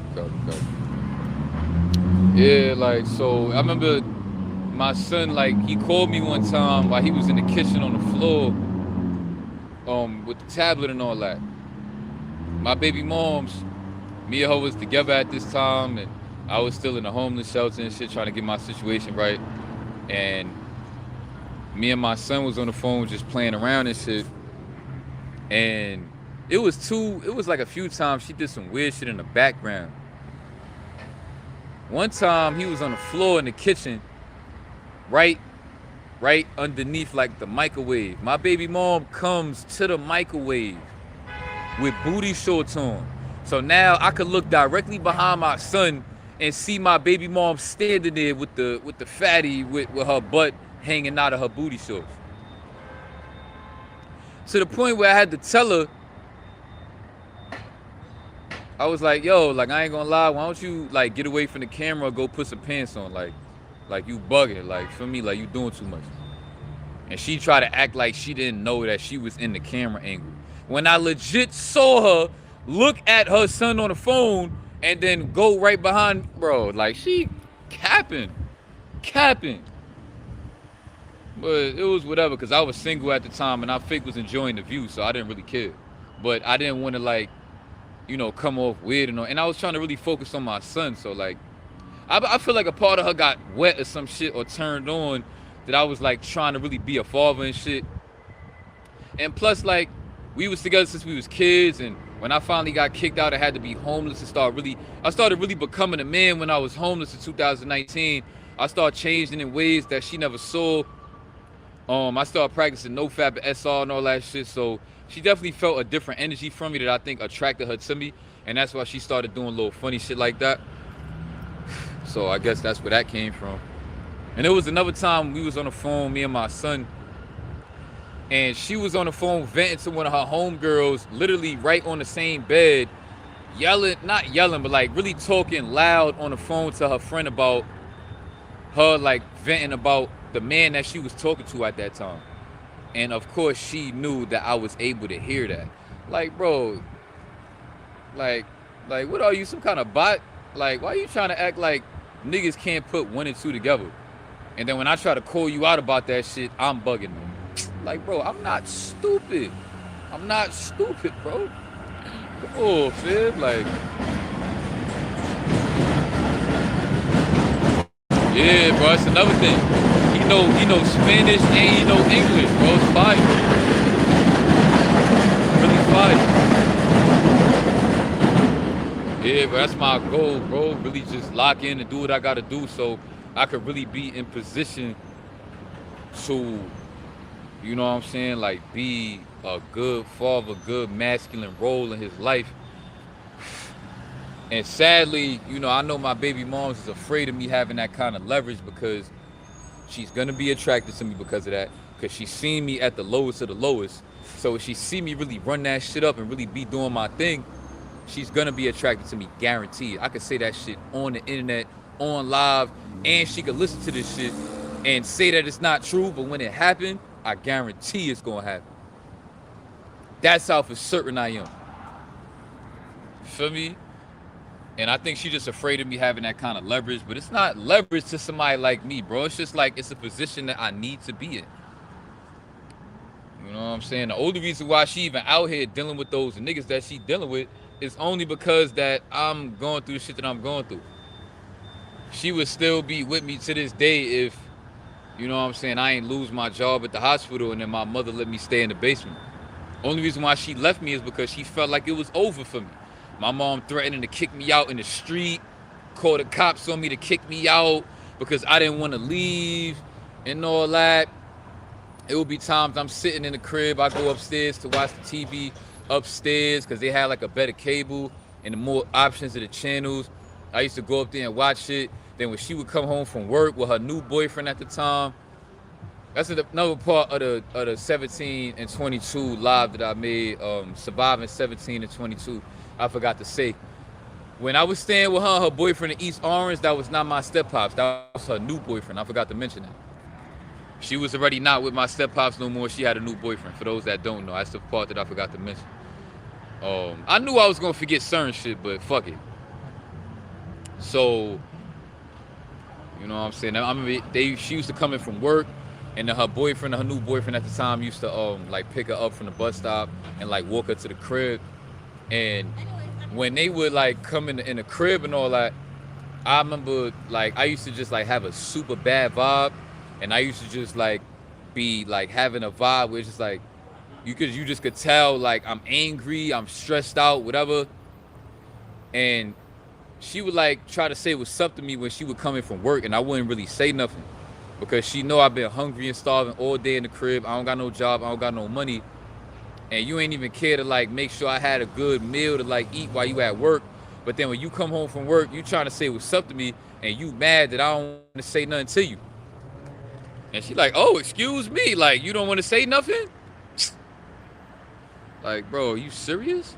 I'm in here starving all day. Feel me?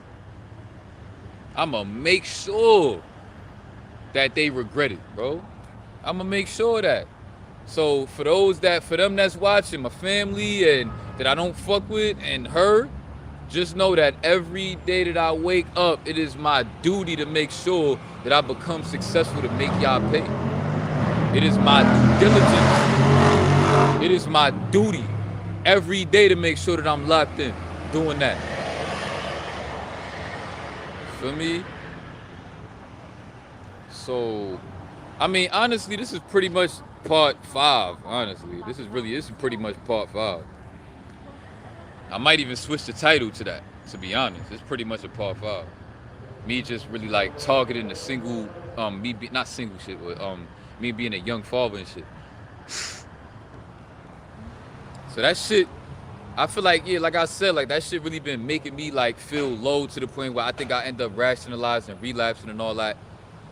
Cause I already just, you know, sometimes, you know, like niggas in my chat try to say like, yo, if you was over here trying to make it work with her and you was trying to contact her, but she playing them games, like that don't make you a deadbeat. It's not on you.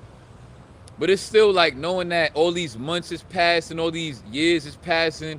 And it's like, I know a part of her know that that shit is affecting me, whether I like it or not, whether I say it is or not. And it's like, that's demonic that you cool with having that kind of fucking leverage over me, bro. To the point where you cool with it, knowing the fact that that shit is fucking with me. You know what I'm saying? Being a, you know, being in that position, and you cool with that. You're not trying to help me out, bro. I remember when she was with that boyfriend I told y'all about, when she first originally left me, right? Nigga. The nigga had a car, but it wasn't his car, it was the whole family car. You know, his older brother used to live there with his wife, and then he lived there with my baby moms, and then his mother and father lived there, all in one project building. Mind you, she lied to me and said that she was living in Yonkers in a house with the nigga. But yet, come to find out, you was living in the projects in Brooklyn. Like, bro, she cared about my opinion, OD. Or maybe she was living with a different guy that she probably, after they broke up, maybe she was in Yonkers, then when he kicked her the fuck out, maybe she ended up having a new boyfriend that she started living with in Yonkers, I guess. I mean, in Brooklyn. Either way, it's down bad. Mind you, I was in the shelter, I'm trying to get to see my son. I'm like, yo, you stay all the way in Yonkers and shit. She used to threaten me that they was about to up and move to like Florida so they could have their own apartment. Her boyfriend was gonna get married and move to Florida. Nigga, she was even in Florida with my son. Matter of fact, I remember she was in Florida with my son for like months, my nigga, like 5 months. Feel me? And I was like, yo, what you doing in Florida? She talking about she was gonna come back though, maybe, maybe not. She wasn't sure. I'm just like, yo, too much is going on. But mind you, I was staying in the shelter 2019 trying to see my son, trying to figure out how we could link up somewhere so I could like see him. And I'm like, yo, your boyfriend got a call. Oh, why don't you just tell that nigga he could like drop you off to me, like something. I was like really desperate. She was like, oh, no. I said, I said, why don't you just hop on the train and let's just meet halfway, like, whatever, like, but I'm trying to see my son. I don't care if we live in Yonkers. She gonna sit here and tell me, oh, I don't take the train no more. Bro, we've been living in the Bronx our whole life. Now all of a sudden you get a boyfriend with a car. Now you don't take the train. Stop it. We've been taking the train our whole life.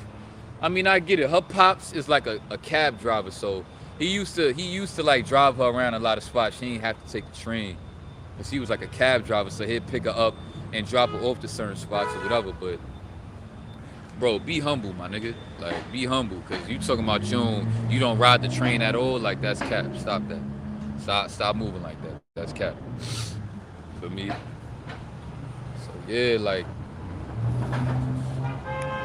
yeah, really seeing her Instagram page this morning really blew mine. Really got me tight.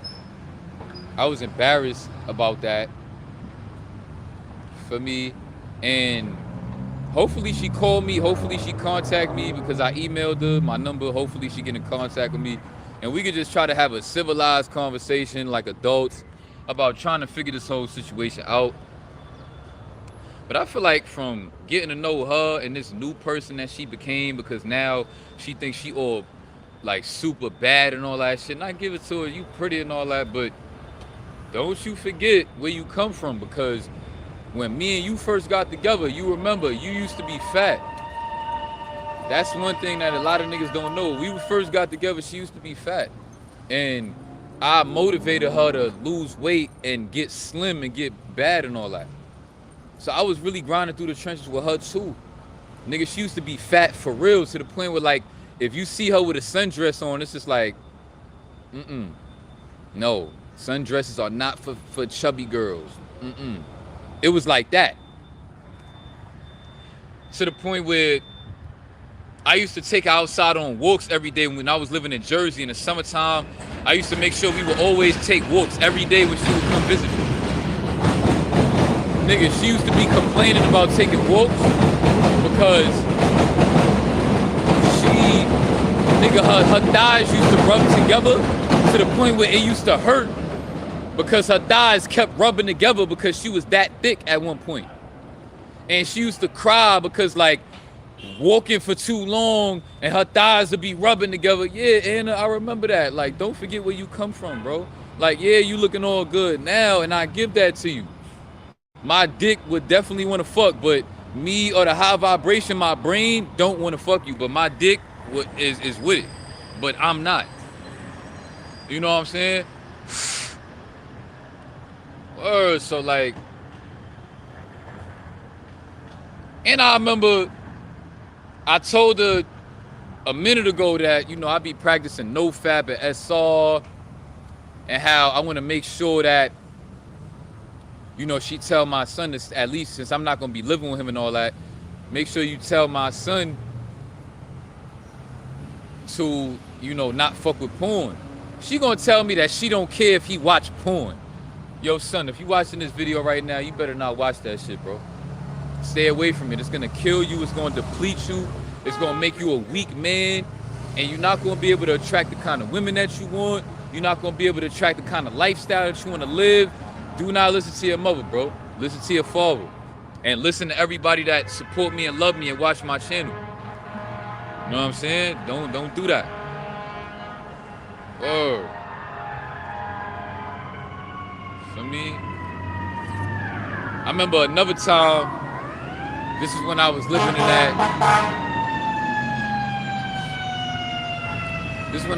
that apartment building. I mean, the private house where I had my own room and this shit, where I was recording all the videos at, where Coach Davis originally started, the place that I got evicted at, and I'm homeless now in this new spot. But I remember I was staying over there, me and my roommate Malik, right? He probably remember this shit. I finally had got back in contact with her, and we was like on FaceTime chopping it up. And I was just, you know, I was fake doing my thing a little bit, and, you know, we was just talking. I was in my bag and shit, and she was feeling the vibe. Mind you, we was on FaceTime. I told Malik, I was like, yo, Malik, come here, bro. He was like, yo, that's your baby mom's. I'm like, yeah, bro, we on FaceTime right now. Cause I used to vent to that nigga. So he peeked over to go see what she looked like, and I wanted to show him that she was wearing her bra and panties on FaceTime with me. I'm like, bro, the games just don't stop with you, huh? Like, you got on FaceTime with me in your bra and panties, and mind you, that's around the time right before her and that nigga broke up and the nigga kicked her out. That was right before that. So how trifling can you be that you was still with your mans and all that? He wasn't in the crib yet because he was at work, and you on FaceTime with your baby father with your bra and panties on. How would he have felt about that if he knew about that? How would he have felt about that? I showed my mans that shit because we was both laugh. I wanted him to laugh, like we was joking around about that shit. Or like, and I had got my braids done, nigga, had my fresh cut. Nigga, I already fake knew that she was gonna be on my body. I already fake knew that. But I ain't know that she was gonna really be to the point where she was gonna have on the bra and panties. Though I was like, oh, that's what type of time you on? That's tough. Yo, next time I come out here to do a live, bro, I'm gonna make sure I bring my gloves with me, bro. My hands is going through it right now. Word. They going through it.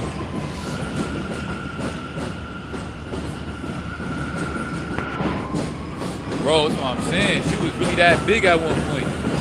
It wasn't like obesity, crazy fat, but she was definitely on the brinks of being legit fat. But she was like a little bit too chubby though. She was a little bit too chubby.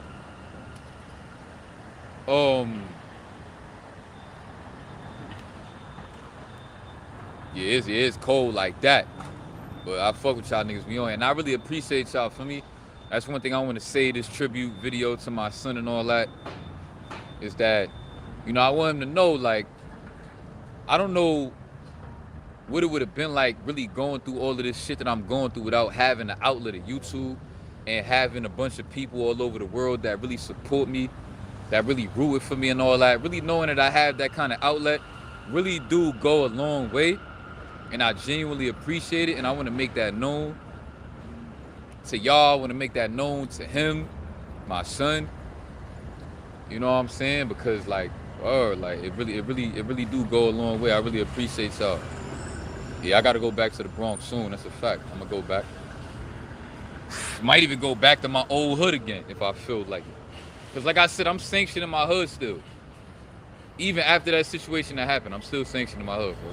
It's just that I don't really care to go over there because all them niggas is different. Like, even though I grew up with them niggas, like all them niggas is like doing drugs now and shit, sipping lean and popping all them pills. So part of me just don't really care to be around them niggas, to keep it a buck.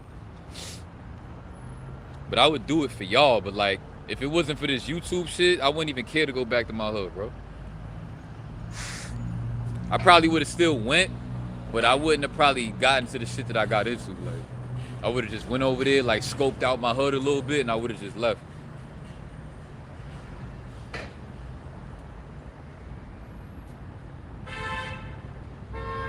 What do I have to do to get to him? Run my bag up. If I run my bag up and I blow up on YouTube and all that, she's gonna have no choice because I'm gonna have bread. Because also in that FaceTime for me, also in that FaceTime that me and Shorty was on when she had the bra and panties on and all that, she literally asked me for money. She asked me for like $20, $30 or some shit. Like, she was trying to actually be understanding. I don't know why, but something came over her that day. She was like, at least could you send me like $20, $30, you know, to like get him some diapers or whatever. And I'm not sure if I sent it or not. Either I sent it or I didn't have it to send it. One of the two. But I think I sent it though. But I wish she was that kind of understanding the whole time, because like that could work. I may not be able to pay for like a $250 babysitter every fucking week, but I could definitely here and there be sending you a couple dollars, like $50, $70. I could do that shit, you know what I'm saying? But I can't spend $250 a week plus you gonna need extra help on the side. Like, I can't do all that, bro. Like, I don't know what you think this is, but like I said, my nigga, I am in a homeless shelter right now. Like, what the fuck? Appreciate y'all, man, for real. That's fire, my God. And that's what it's about. That's why I talk about the real shit. I talk about to put certain things in perspective, so we have all this real life talk so y'all niggas can understand the importance of your manhood. And I need you to also understand something too. For me, it was a situation that happened between me and my baby moms where, like, I was staying in the shelter 2019. I went to go visit, you know, my son and my baby moms. We met halfway and we went to her sister crib in the Bronx. I was staying in the shelter in Queens, but she came to the Bronx to her sister crib to let me see him and all that. And at that time, I felt like she really wanted me to see him because I was supposed to see him like a week prior to that. And she was like upset that I didn't show up because I forgot what happened, but I didn't show up and she was like blowing my phone up. She was tight. I was like, nah, my bad. I was like, I'm a, you know, let's set up something else. I'm gonna pull up. And I pulled up. She was there. Sister was there. It was fake good vibes. Mind you, I was going through shit. I was broke, wearing the same outfit every day. I pulled up with my G-Star jeans on. I had a hole in them shits. I was embarrassed. And when she pulled up, I ain't gonna lie, I was fake attracted to her because I was like, damn, look at her, like she looking good and shit. Like, looked like she got real slim and looking a lot more like healthier and shit. Like, I was fake proud of her and I was attracted to her, you know, I can't lie. And I could tell, like, we both instantly, when we looked at each other in our eyes, like, she started low-key blushing and then I kind of low-key blushed a little bit. Like, it was fake a little moment.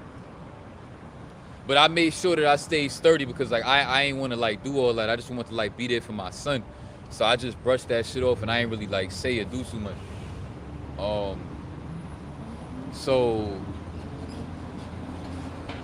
I remember, like, we was about to eat food. Like, I think we had, like, chipped in and, like, ordered some food and shit for us to eat. And she was, like, on the phone with one of her friends. Yeah, but when I was staying in the shelter in 2019, I had one pair of G-Stars that I was able to have from all of the clothes that I had lost. And I had those G-Stars, you know, I kept on washing them in the washing machine. I think that's how they got fucked up. And they ended up getting a hole in them shits. And the hole got so big, it was treacherous, like, word. But I pulled up with those jeans on and I was embarrassed. And I remember she was, like, bragging on the phone, one of her girlfriends bragging about how her boyfriend at the time had, like, bought my son, like, some clothes and some Jordans. And how he was, like, looking to, like, buy him some more shit. And she was, like talking to her friend about it. And I ain't gonna front, a part of me was, like, low-key jealous and I was, like, embarrassed. And I just kind of, like, flipped out and overreacted. And we was about to eat our food. And I remember I just, like, flipped the food that I had. And I like spazzed out because I felt like she was trying to be petty. So, like, when I flipped the food and shit, some of it got on her and some of that shit got on my son. Like, but she saw, before I flipped out, she saw me getting mad and she tried to tell me on some shit. She was like, oh, like, you want to hold your son? Because she was trying to take it back because she knew she was being petty and she saw me getting tight. So when she asked me that shit, which clarified that she was being petty, I got more mad and I flipped out. And, you know, they started threatening to call the cops on me and shit. So then I was, like, cursing her out and shit before I left. And then she, like, opened the door for me to leave and shit, but it was, like, cracked. It wasn't all the way open. And I remember I literally slammed the door against her. Like, I pushed the door at her, and I think the door might have slammed on her, and she, like, went up against the wall or some shit, allegedly, you know what I'm saying? Because I was so angry and triggered. And I remember she popped out. She started cursing me out in the middle of the hallway. And I just ignored that shit, and I just left and went back to the shelter. And then when I got back, I definitely regretted that shit. But yeah, it was just, you know, just feeling overwhelmed, just going through a lot of shit, you know what I'm saying? Like, that's just really what that was. It's just a lot going on. A lot going on for me. But yeah, like for me, what it's like being a young father, especially in my situation, is it's tough. You know, to make you feel embarrassed, to make you feel like low sometimes, because like that kind of love that you gonna have for your kid is really something different. It's a kind of love that you never felt before, could understand. Especially somebody like me that ain't never really felt like love from my family and all that. Growing up feeling neglected and all that. Once I finally started feeling that love from my little mans and my kid, it was something different for me. So it was really an overwhelming kind of love. Yeah, bro, I swear to God, it was like that. It was really an overwhelming kind of love that just like would like, you know, just had me depressed for a minute. Still been trying to shake that off, you know, because I try to remind myself the way the universe works is like, oh, if you don't care about something, then you attract it when you don't care. So I try to like fall back and not care that me and my baby moms don't got a good relationship, we don't get along. Try to not care that she don't even let me have her number, so we could at least like set up FaceTime calls where I could like chill with him for a little while on FaceTime, like something. Or even like call me on my phone so we could like be adults and just talk about us just having a kid together trying to figure this shit out. Like, you know what I'm saying? She told me that she got the 5 year shit. The 5 year shit I'm talking about she got is where like she can't have kids for 5 years. She literally legit went to a hospital and got, I think, I forgot what that shit is called, but some shit put in her on her walls to the point where like even if a nigga like cream pie her shit, she can't have no kids for the next 5 years. But it's funny that she did that because when she was first with that nigga that she originally left me for, and moved my son in with, whatever, when I was homeless in 2019, she was telling me that him and her was looking to have a kid and all that, get married, have a kid. Then now I guess she ended up doing that when they broke up or some shit. I don't know, but it was just a lot of gaslighting, I guess, that was happening between me and her communication. And I think what really hurt her feelings was around that time when like me and her was like arguing when I first went to the shelter in 2019, I was like really calling her a slut and like, you a disgrace as a woman and I would never in my life ever wife you, or anybody that wife you is a bozo ass nigga. Like I was spazzing. And I think she really took that shit to the heart. And I think that's probably what inspired her to like going forward, you know, I guess make her want to give me a hard time and shit, I guess, with my son. Don't try to like act like she don't want to communicate with me, shit like that. You know what I'm saying? I guess.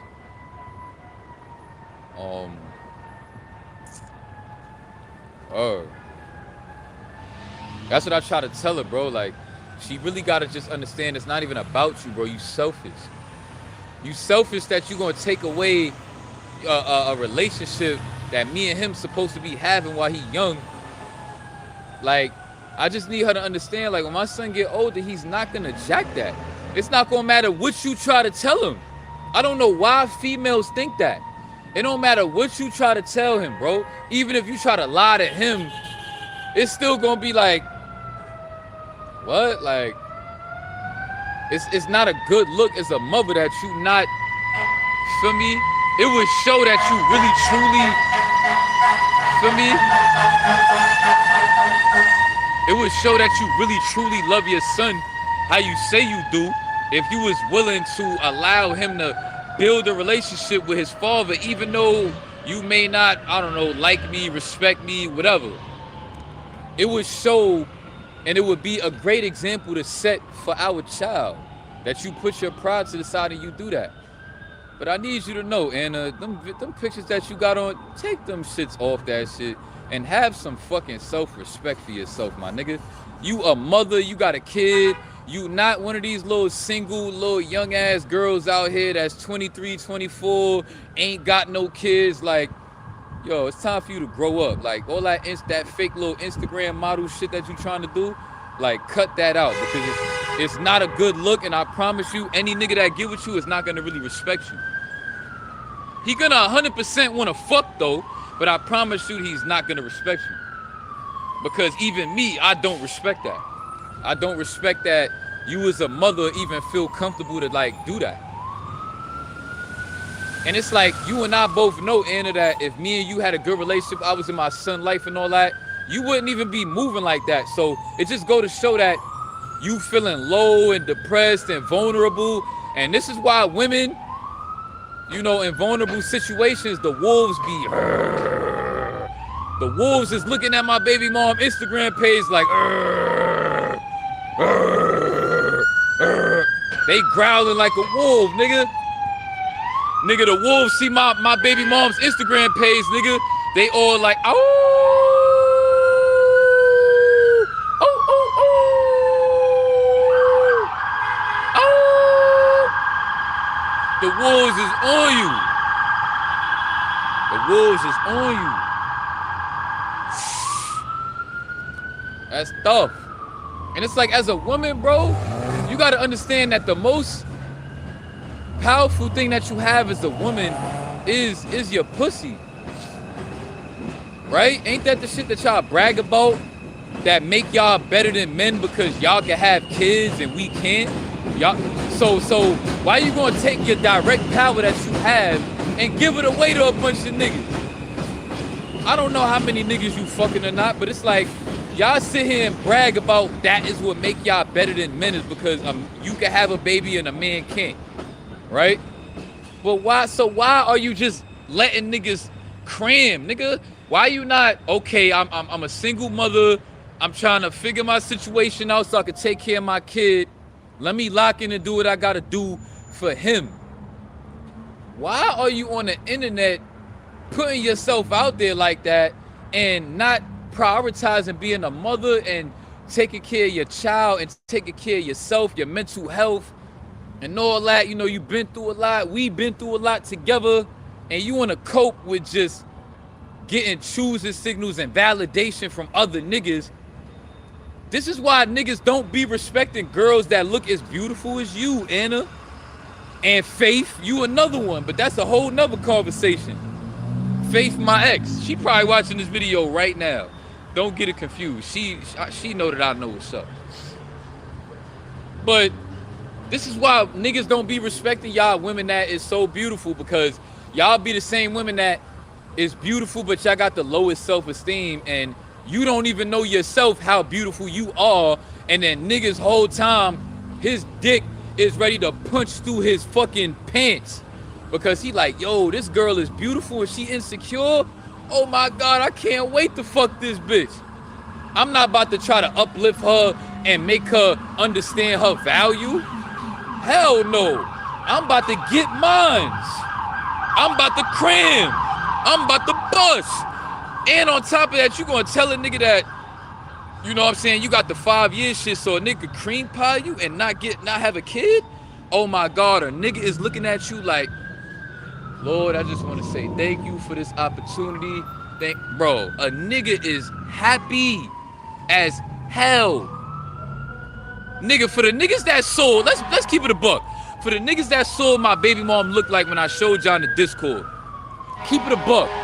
If that wasn't my baby mom's and you was talking to that and then you found out that she had a kid, but you could cream pie her and you gonna have a kid with her because she got that 5-year shit where she can't have kids for 5 years no matter what, wouldn't you be happy? Wouldn't you be excited?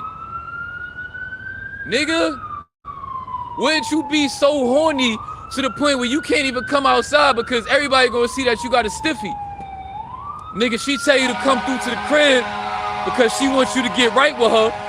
Nigga, you gonna be, the whole time you traveling to her crib, you gonna have a brick. Let's keep it a buck. Nigga, like, I'm tired of women not understanding certain shit, bro. Like, it's sad. It's really sad. It's really sad, bro. Bro, let's keep it a buck. Niggas might not wife a baby moms, but niggas will fuck a baby moms.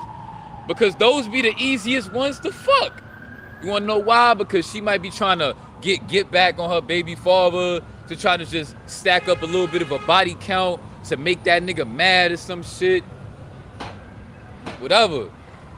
Or just try to make herself feel better because I might not want her you know what I'm saying, that she feel like, damn, like this nigga don't even want me, like, but she low-key want me, but she too prideful to admit it, whatever. So I'm saying,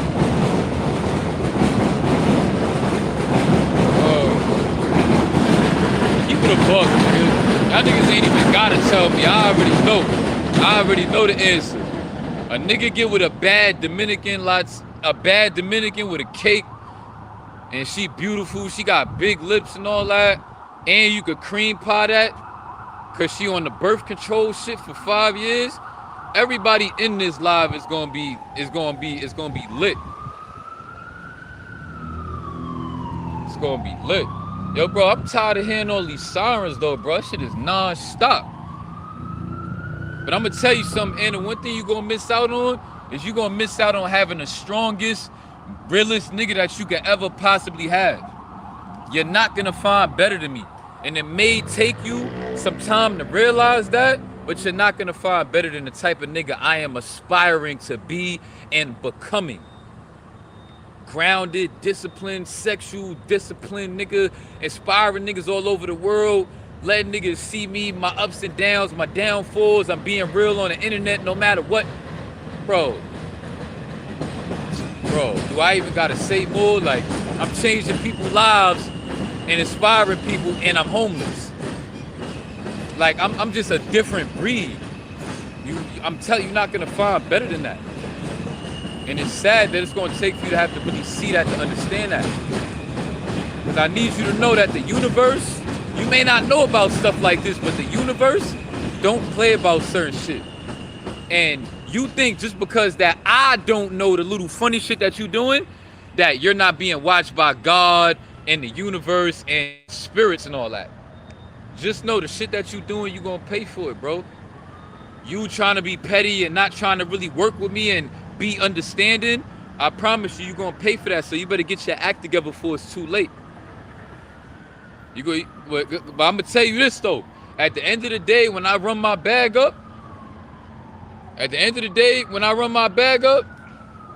I'ma definitely still take care of my son while he's living with you. So that I don't care how I feel about you, and I can guarantee you that if I was in your shoes, Anna, and you was homeless and down bad and you couldn't take care of my son and he was living with me and I was up doing my thing and you was homeless, going through shit, trying to get your life together, I would have never in my life did the shit that you did.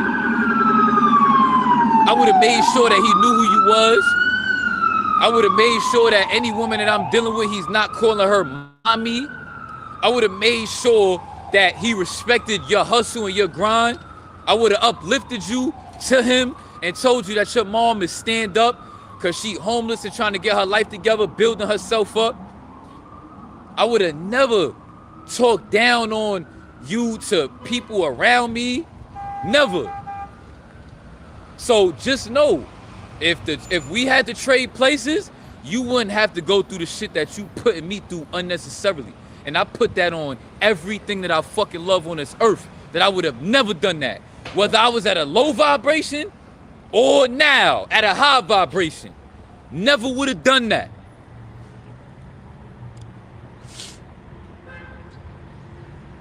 Yeah, that's a fact. It'd be like that. But not me. I'm not ready to crash out over her. She could live her life and do what she want to do. And fuck who she want to fuck.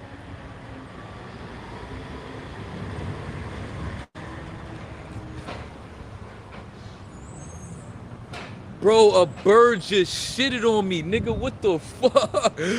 Yo!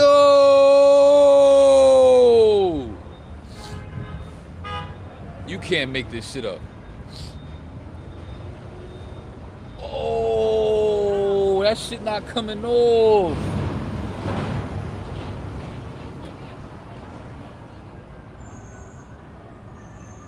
Bro, where was the bird even at? Wow.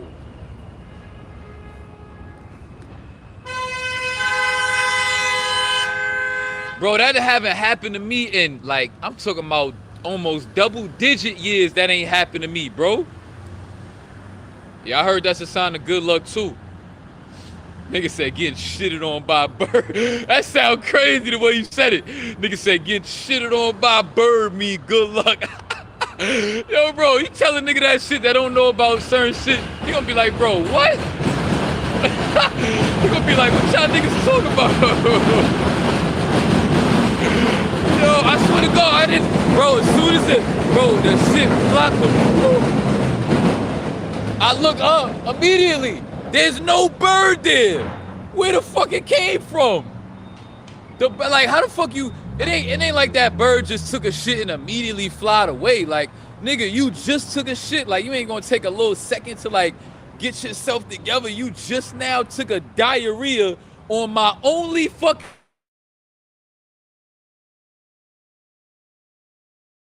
You just took a diarrhea on the only sweater that I got. I got like 2 sweaters right now.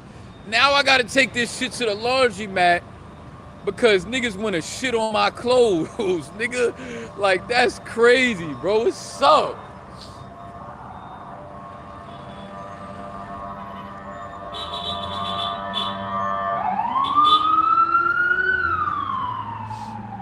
You said that's, oh, words like that? Well, ain't that ironic? I'm talking about all this shit. And even when I told niggas I was like stressed out in the Discord, right? I told niggas, I'm like, yo, I'm stressed out. I'm gonna just go live and vent a little bit. Niggas like, yo, you know the vibes be pulling up, whatever. Nigga, mind you, I'm on StreamYard, right? So what StreamYard do is when I log in, they give me like a login code every time I try to log in to go live on StreamYard. The login code that they gave me was 9 3 7s and 2 2s. It was a 9-7-7-7-22. I was like, oh shit.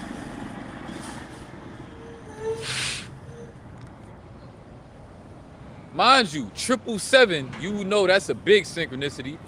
And on top of that, it's a 22 at the end of that. And the 722, because it's 9-7-7-7-22. So that's my birthday.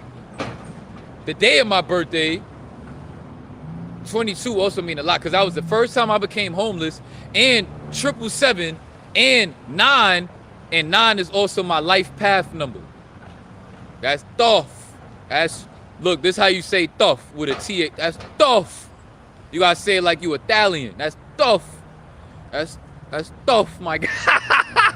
That's tough.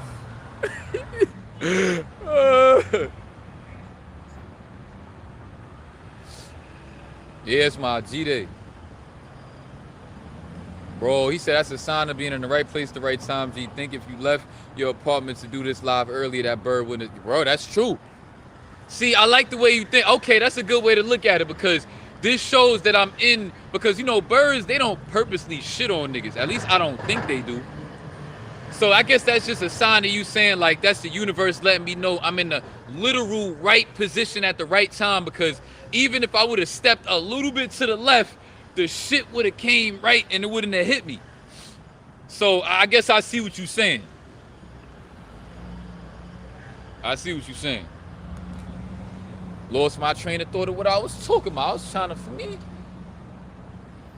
or like, yo, son, make sure you practice SR, no fat. Make sure you prioritize celibacy, because soul ties is real. I feel like, honestly, my baby mom's is going through it because me and her got that soul tie because I imprinted her womb, nigga. Imprinting a woman's womb is different from just sexually imprinting a girl, bro. She literally manifested my semen into a child. There is no nigga that could compete with that, even if he have a child with her too. You know why? Because I was the first nigga to do it. So that imprint is gonna be different. So Anna, if you watching this live and you want some clarity about why you may feel like you still in love with me and all this type of shit and still thinking about me, and you always in my dreams too, bro. She be in my dreams a lot.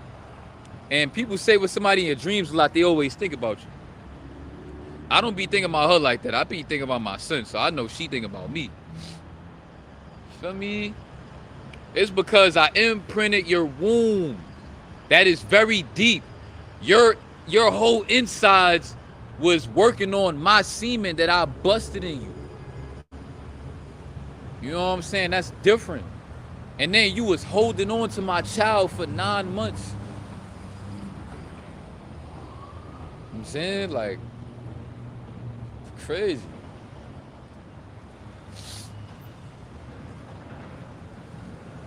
Or I feel like you have a kid with a girl and that's her first kid. That girl's gonna love you for the rest of her life, whether she admit that to you or not. Because let's talk about my mom for a second. Ever since my mother had a kid with my father, which was her first child, which is me, her life was, every boyfriend that she ever had after my father was shit. Even my brother's father. Because the nigga, you know what I'm saying? You know, he wasn't really treating her right. I think he cheated on her and all that shit. They didn't work out. Like, every relationship after my dad, my mom has never had a successful relationship with a nigga ever since my pops. Ever since him. And I feel like that's also a part of the reason why my mother is maybe low-key hate my father, embarrassed about that shit, whatever. Because, you know what I'm saying? Like, nothing you ever had after my dad worked out. Nothing. That's tough. And the nigga that she had a kid with, that's my brother's father, that nigga got like 11 kids, bro. My brother's father got like 11 kids, my nigga. Word, that's tough. So I know she not really happy with that.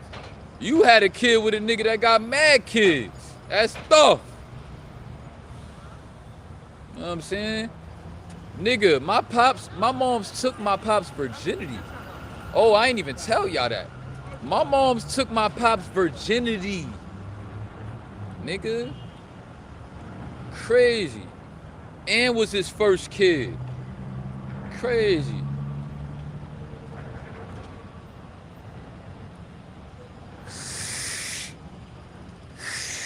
Damn, my hands is cold as shit.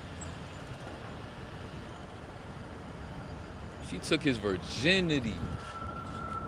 That's tough. Yeah, bro. So, like, I feel like my baby mom just gotta keep it real with herself, accept how she deep down knows she feel about me, and let's just talk about shit, bro. Maybe we can't never be together, but we could be friends or some shit. We could try to, like, communicate and all that. And maybe if you catch me on a good day, I might violate your guts. Nah, I'm not. I can't do that. I really need to really seriously be celibate though. But it's probably gonna be hard to not want to think about doing that because you know how it be sometimes. You know what I'm saying? But yeah, like I just think we just need to be friends. I be joking around too much. I just think we need to be friends though, and just do it for our child so that our child could grow up with, you know what I'm saying, just as parents, just having a mutual like vibe where we at least cool with each other. You ain't gotta think about us beefing or no weird shit. See us beefing or, you know what I'm saying, your mother got an attitude when she talk about me or something, like, you know what I'm saying, like, at least you gotta try to work out a friendship or something on some grown adult shit. But, you know, I'm about to turn 27 in July. She about to turn 24. She's still, like, young as shit. She's still, like, technically a baby and all that. So it's like, I guess I just gotta try to be more patient or whatever.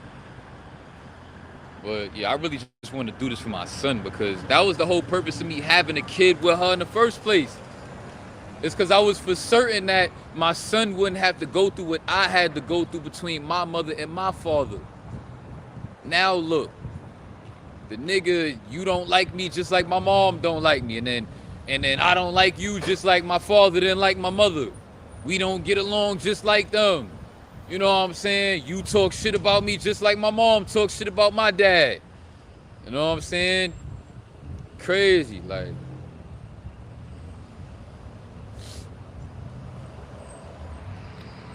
Bro, you and Jahar could suck my fucking dick.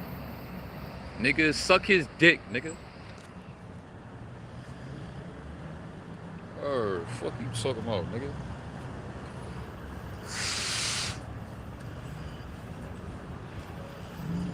Yeah, bro. Like, that's why I also try to give my baby moms the benefit of the doubt. Cause like the only reason why she really started switching on me was cause my mom started getting in her ear. You know, my baby mom's, her mother died when she was 12. So like, she got a certain type of way she look at a mother. It was hard for her to wrap her mind around my mother being a certain way with me and shit. I tried to give her the benefit of the doubt with that. I still to this day try to give her the benefit of the doubt with that. But it's tough though, because now you are consciously starting to like give me a hard time. Like, you know what I'm saying? Like, me and my mother don't get along. I don't know if Anna is aware of that right now, but I don't speak to my mother and nobody in that house. I can't go over there because my auntie, I don't like her. My mother, I don't like her. I can't be around them. They be trying to tell me how to raise my son, how to be around him. I'm not, no, bro. So I can't be over there trying to be with my son. I'm not about to be having them son me. They don't even have that right to fucking son me, nigga. I became a man without them. So who the fuck you think you are to son me? Maybe if you actually was raising me properly, I would respect you enough as my mother and my auntie to try to son me, but y'all don't have that right. Fuck out of here. So that's why I can't be over there trying to, for me, be around my son. So now it's just gonna take for me and her, my baby mother, to try to just be adults and figure some shit out, bro. Like, let's stop the cap. You know deep down that you love me. Even me, deep down, I'ma always have love for you. That's a fact. You the mother of my kid. No matter how mad at you I am, nigga, you still at the end of the day are the mother of my first child. And we really got a history together. You know what I'm saying? We really had this baby on purpose. No funny shit, bro. It like, if you watching this video, and stop playing, bro. Like, enough is enough. I ghosted you for a while because, like I said, I tried to trust the universe and act like I didn't care so the shit could manifest. But I can't pretend like I don't care about some shit like this, bro. Shit is whack. You know what I'm saying? Like, we really just need to figure this shit out, bro. And I'll do whatever I can financially to help you out if you need that. But we gotta communicate, bro. Like, my son is 4, he's still a baby. We still got some time. We still got some time, bro. For shit really get worse, potentially. I don't want it to go that far. For me? Like, you would think that when a woman see that you want to at least be a father to your child, that wouldn't no mother out here try to intentionally try to jack, oh, I'm a single mother, I'm a single mother. When you legit got me over here trying to fight to be around him, but you jacking that you a single mother. You not. You choosing to be that. It's not like I legit had a baby with you and told you, oh, I'm out of here, peace out. It wasn't like that.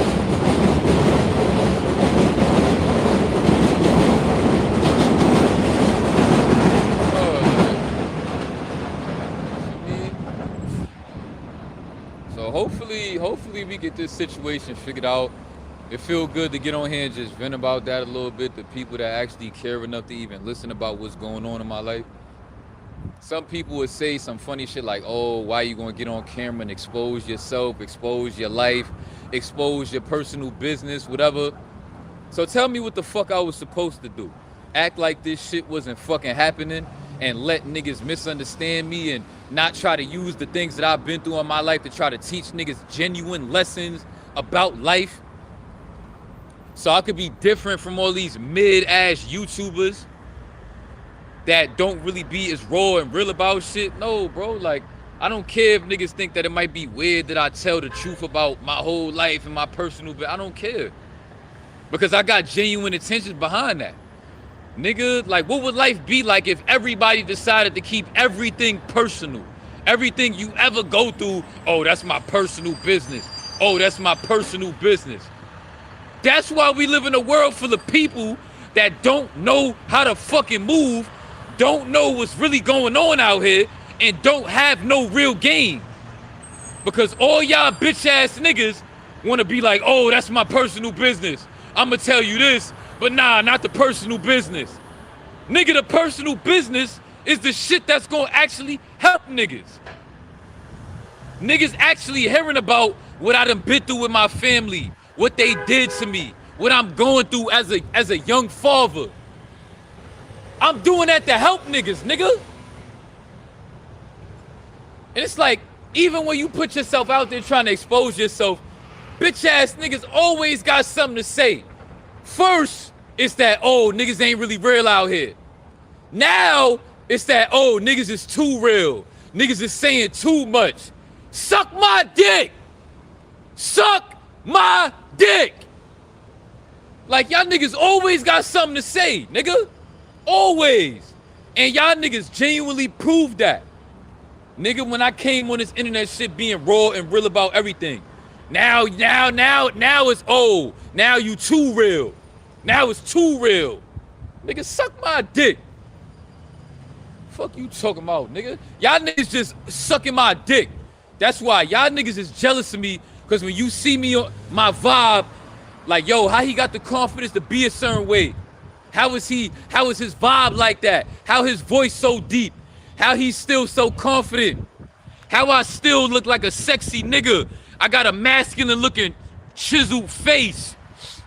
Nigga, I'm woke. Nigga, I'm inspiring niggas at a low vibration, even though I be relapsing, homeless, wearing the same fucking sweaters and clothes and shit.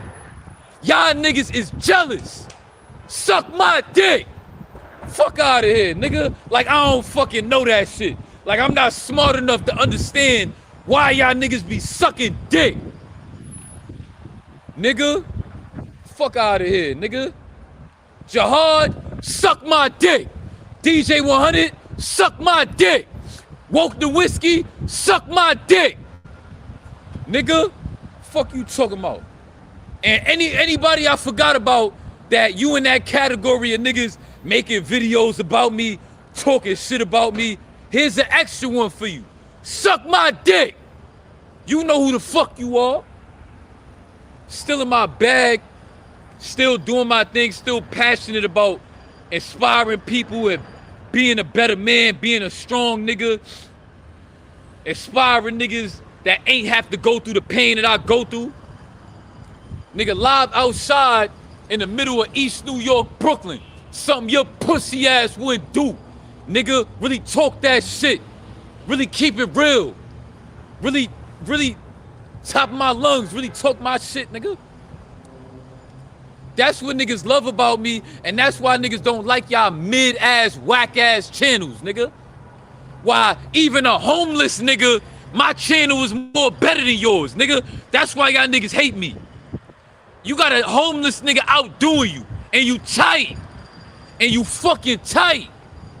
Nigga, you got a homeless nigga that you know you can't bring your bitch around me, nigga. You got a homeless nigga that you told your girl about my channel, she'll start watching me, nigga, on the low. Cause my vibe just different.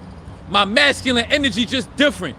She gonna be thinking about me choking her in missionary while I'm deep in her fucking walls, nigga. Cause I got that masculine energy. Your girl think about how she would love for me to talk my shit in her ear while I'm choking her and I'm deep as I could be in her walls. That's why y'all niggas hate me. Cause I stand out different. Niggas fuck with me different. Niggas appreciate me different. And you niggas know that y'all be competing with other niggas and I set you niggas up. Want me to let you know how I set you hating ass niggas up? Cause I knew that y'all niggas like copying off of other channels. So I was like, watch this. How you gonna copy a nigga that's keeping it more real than you? Because if you wanna be like me, you gotta be what? As real as me. But you niggas can't do that. So I'ma forever have you beat. Forever. Because I already knew that y'all niggas like dick sucking and watching other niggas' channels, try to take a nigga's source, try to see. You niggas think I'm dumb? That's why I'm so raw, nigga, because that's the shit that make me fucking stand out. Nigga, because I know the rest of you bitch ass niggas on this YouTube shit could never. like Jahar Green, the fucking dick sucker, nigga. Word to my mother, nigga. Big ass dick sucker, nigga. Yeah, son, I'm talking about this nigga that got an upside down cross on his fucking head.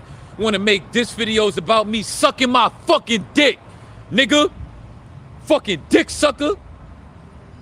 Niggas will fuck you up, nigga. That's why you talking about you wanna shoot niggas and do all this crazy shit. Niggas will fuck you up, and you know that. Niggas will do harm to you.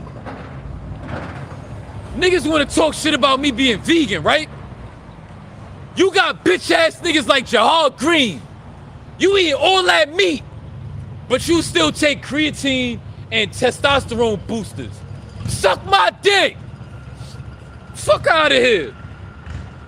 Y'all niggas wanna judge niggas for being vegan. Oh, I might be scrawny. Oh, you gonna lose weight. Oh, you're not gonna be that strong. That is fucking hilarious. I'm not gonna lie. I know that this name right here triggered the fuck out that nigga. But nigga, you gonna sit here, you eating meat, fish, all that, and you still gotta take creatine. Why? Why? Why do niggas that eat meat still go out their way to do certain shit? Don't make sense. But I had to get that off my chest real quick. Let niggas feel my passion for niggas trying to knock me off my square. And mind you, keep in mind, this is only me on day what? I'm only on day 9 right now. Day 9 clean. You a funny nigga. I'm only on day 9 right now. So imagine when I really start stacking them days. Oh yeah, it's up. Feel me?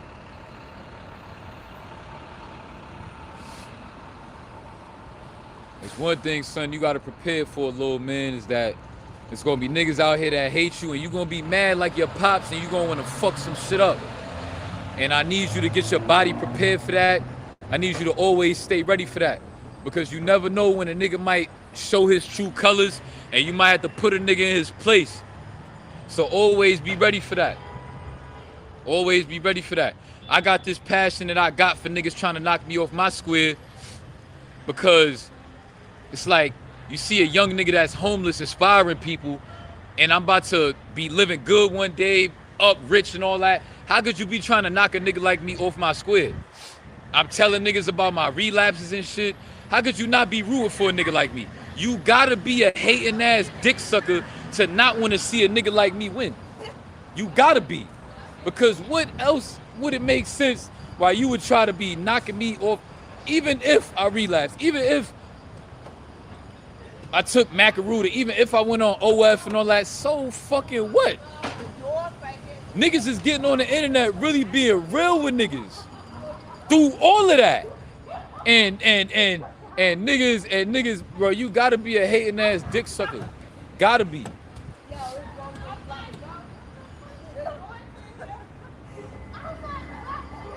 Nigga, this is everybody ideal YouTube channel to wanna watch a nigga like me, bro. That's on the type of journey that we on. I got the ideal channel, nigga. But niggas like Jahar Green, the fucking dick sucker, wanna be, oh, I'm the biggest, baddest YouTube channel. Everybody rock with me. Nobody really rock with nobody else but me. And look, dickhead, that shit bit you in the fucking ass. Cause now everybody think you a gay ass dick sucker. Fuck you talking about, nigga? You fucked with the right one. Now everybody look at you like a gay ass dick sucker, nigga. That's tough. That's tough, nigga. That's tough.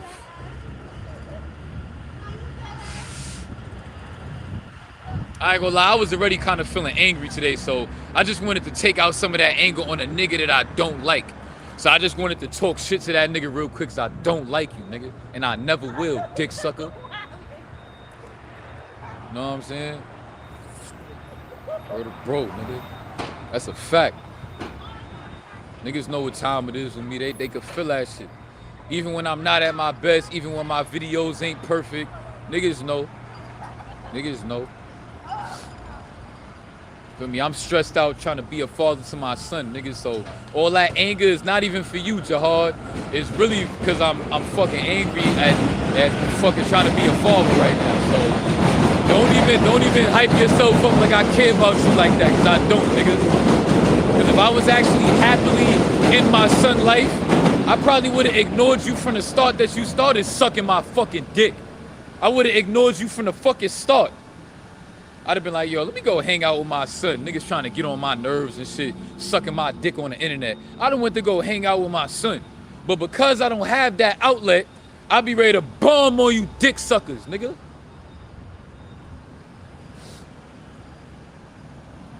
That's really what it is. But niggas don't care about no grown-ass man with no tattoo on your fucking forehead that's an upside-down fucking cross. You look like the dumbest nigga I ever seen in my life. I didn't even know niggas would be that dumb.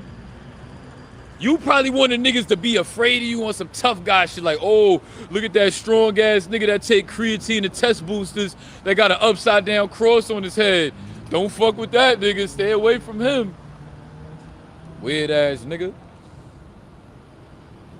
Then the nigga that you started sucking my dick became your worst nightmare, because now for the rest of your YouTube career, if you blow up and you get 100K views, I got 2 videos exposing you for who the fuck you really are, nigga. So you better not blow up on YouTube, Jahad, because I'm waiting. I'm waiting for you to blow up. Because then everybody gonna tell them niggas about them exposed videos I got of you admitting to be fucking gay, and then everybody gonna be scratching their head looking at you, nigga. I got you in the palm of my fucking hand for the rest of your fucking YouTube career, nigga. And you gave me that power because you wanted to suck my dick and not leave me alone. And the universe gave me power over your whole YouTube career. Imagine that.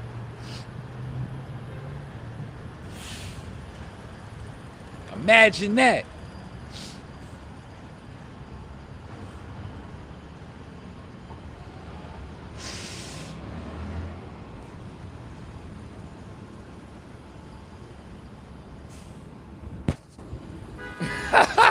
He definitely trying to play that shit off so hard. He trying. I see that nigga. He really trying to act like I don't got that video of that nigga saying all that shit. You pointing the gun at the camera on a YouTube, but then trying to jack some niggas that you a tough ass nigga, a big blood and all that. Bro, you gonna forever look like a bozo because of that video, bro. And I want to say this too. For anybody watching this video, I need y'all to go to that video, you know what I'm talking about, and go screen record that shit, go download it, make sure you save it. Because I don't want that nigga to get no bright ideas of trying to get that video taken down. Because I know eventually that guilt is gonna eat him up so bad, and he gonna want to get the video taken down. So for any one of you niggas that got YouTube Premium, download it. For any one of you niggas that just want to keep it just in case, do me that favor and repost it, whatever. You could do that. I'm not gonna flag you. I'm not gonna flag you enough. Screen record that video and keep it, nigga. Word. Cause we not gonna let that nigga slide with that weird shit. He's done for life. Say goodbye, Jahar. You done, nigga. You fucking done. At the hands of a nigga that you started with. You started with me. So that's another lesson I want to give you, son. Jaden, my son, is that trust the universe and always do the right thing and always have good intentions in your heart. And then when people try to antagonize you and attack you, the universe gonna be on your side. They're gonna look out for you. And that's what the universe did for me. And they gave me power over a nigga that attacked me for no fucking reason. Now I got his whole YouTube career in the palm of my hand. I got Jahar Green page in the palm of my hand. You get 20K subscribers, them niggas gonna come watch my videos. Watch that video I made about you. And you done. Your subscribers is my subscribers, nigga. Forever. For life, nigga. So if you blow up, I blow up, bitch. How about that? When you blow up, I blow up. Dumbass. Nigga too fucking stupid. These dumbass niggas, bro.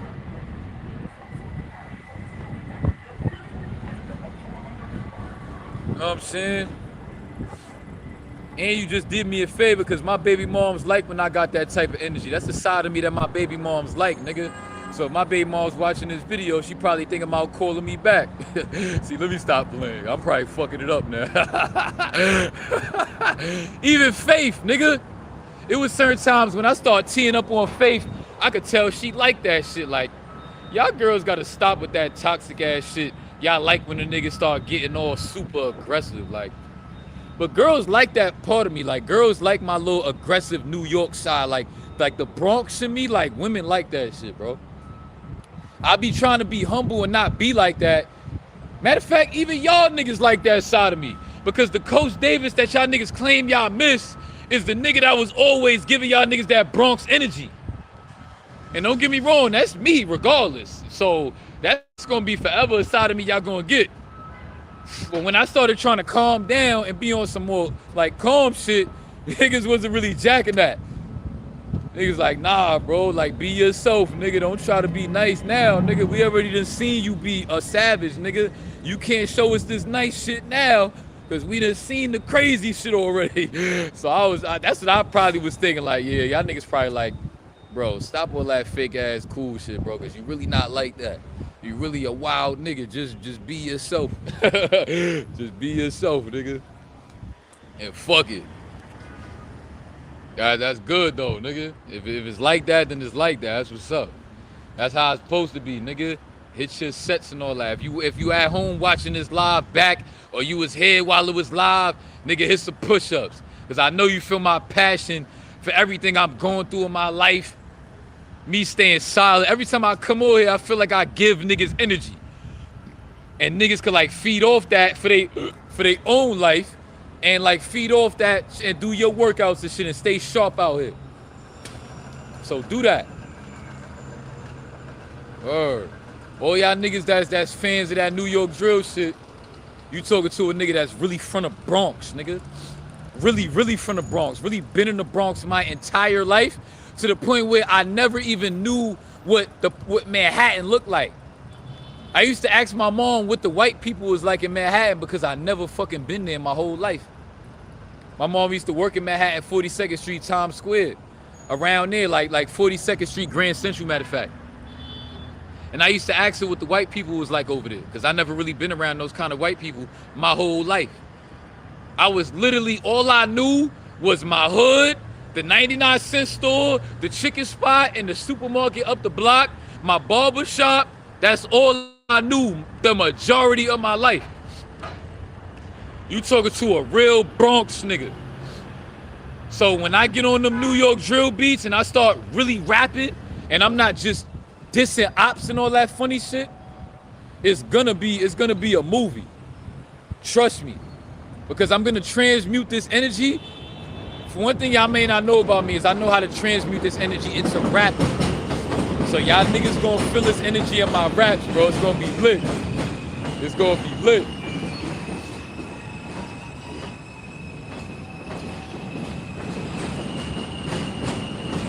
I wish I remember some of the raps I was writing. I can't remember. So I just started getting back writing my shit. But I'm not really even a writer. Like I like punching in. Like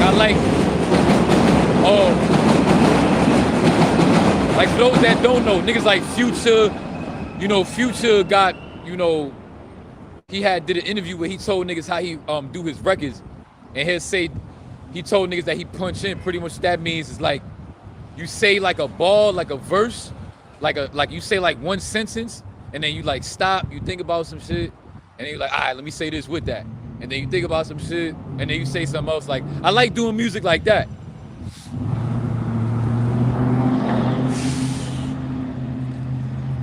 I mean, he alive, and I think, yeah, from what I last heard, my mom's is friends with that nigga. But man, fuck that nigga. He already a dead nigga walking, nigga. He the walking dead, nigga. Cause he forever for the rest of his life don't know the shit that we fucking know about spirituality, diet, all this shit that we doing. So fuck that nigga. Fuck him. Let him die slow, nigga. For me, or like. But this live was fun though. I'm about to get off here in a minute, like. But I just wanted to get some things off my chest and really just talk about just being a young father and shit. Like, you know, it definitely woke me up to a side of reality I probably would have never saw if I didn't become a young father. It definitely gave me a boost of motivation that felt different that I might not have had if I wasn't a young father. Knowing that I got somebody one day that's going to really look up to me as they pops and really want me to, like, you know, hold them down and take him out and do certain things with him. Just to know that I ain't have love my whole life, but it's looking like I got guaranteed love that's gonna come from my son. You know what I'm saying? I'm really looking forward to that experience. It's crazy too. This remind me, I remember like a year before I got my baby mom's pregnant and I was like feeling suicidal. I remember like I was like in my room by myself and I was like, I wrote a letter. I was like, this is for like my future son or some shit like that. And I was like writing a letter or some shit. I don't know why I was doing that, but I was definitely like suicidal and I wasn't in my right mind. Yeah, I'm trying to remember everything I wanted to talk about in this live before I get off it, but it really fucked me up this morning was like seeing her Instagram page and seeing her moving like that, because I at least tried to give her the benefit of the doubt enough for me to think that she wouldn't be moving like that. Like maybe you might show niggas pictures of you that you pretty, but you're not gonna really put yourself out there where niggas can see your body and all that extra shit. But the fact that you doing that is like, I'm kind of afraid to have a conversation with her now.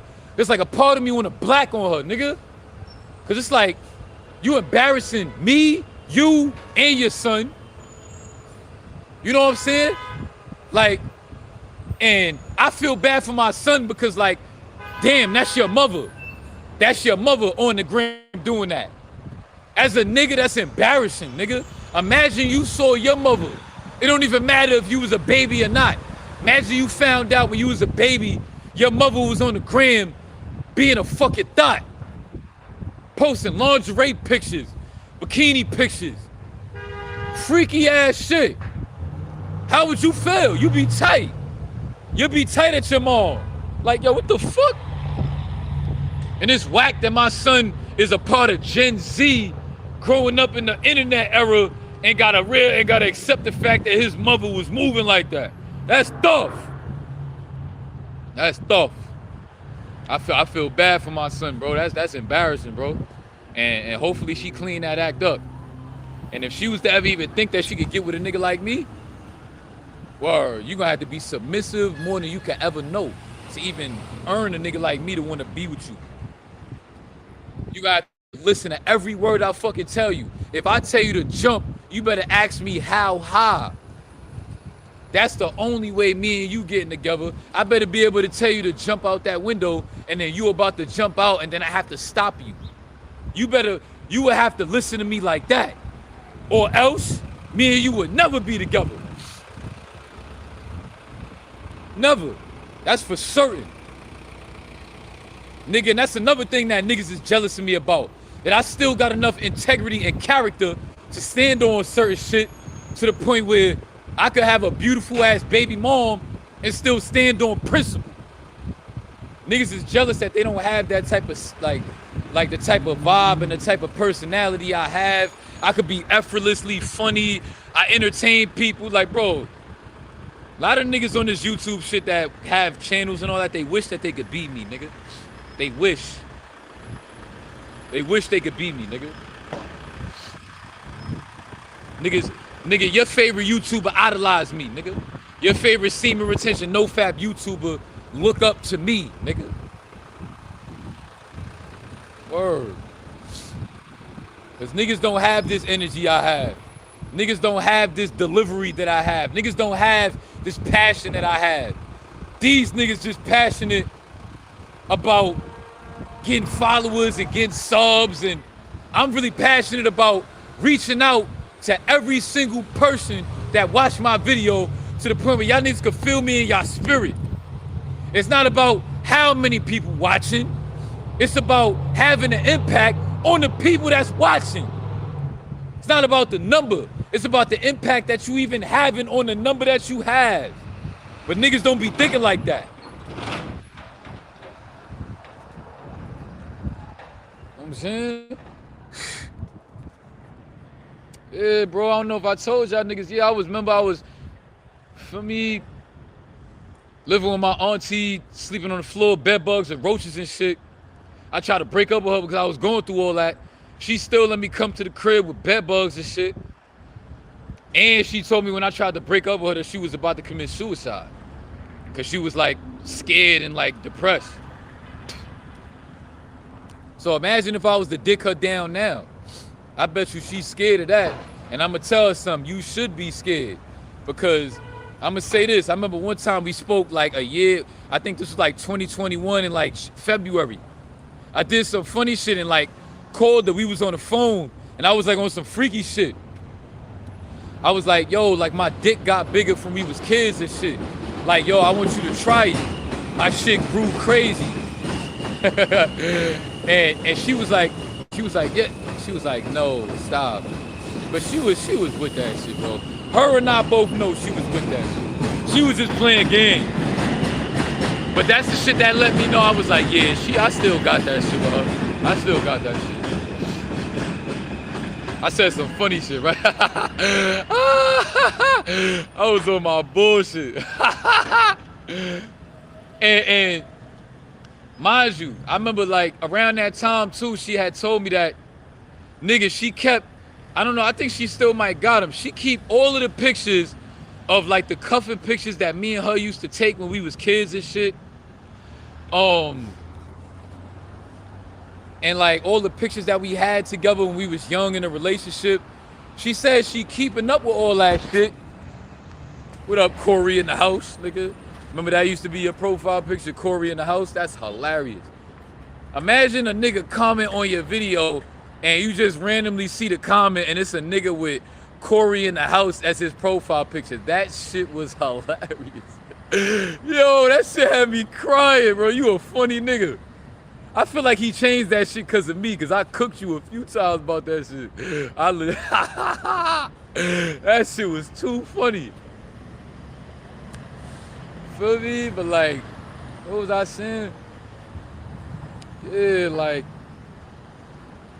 for me, it would be different now. If I was to get that pussy, I would have her wrapped around my finger in a different type of way. She need to ask my ex-girlfriend what I'm about, nigga, because I'm about some shit now when it comes to that bedroom, nigga. What? What? That's one thing, Faith, she could say whatever she want to say about me. Faith would never be able to take that away from me. I fucked the shit out that girl, nigga. She'll never be able to take that away from me. And that's one thing I want to remind y'all about these bitches, nigga. Make sure if you gonna fuck with these bitches, or you got a girlfriend that you in love with, let me say that, because I don't want y'all niggas to just be having random soul ties. If you got a girlfriend, make sure you demolish that shit. She could never take that away from you. Because girls would be quick to say little dumb shit like, oh, your dick little. Oh, you ain't even make me come. You don't want no bitch talking to you like that. So make sure when y'all on good terms, y'all in a relationship, y'all not arguing, make sure while everything's sweet, make sure you V-lay her shit. Oh, that's what I was saying. Yeah, she kept all of the pictures of us cuffing. She said she doing it for our son and all that shit, and I fake understand that. Bro, I gotta get out of here. My hands is legit almost got ice. What you call that shit? Like, my hands is literally like doing bad right now. Like, I gotta go. Like, they too freezing, right? I gotta get some gloves. Next time I come out here on live, I'm gonna have gloves on.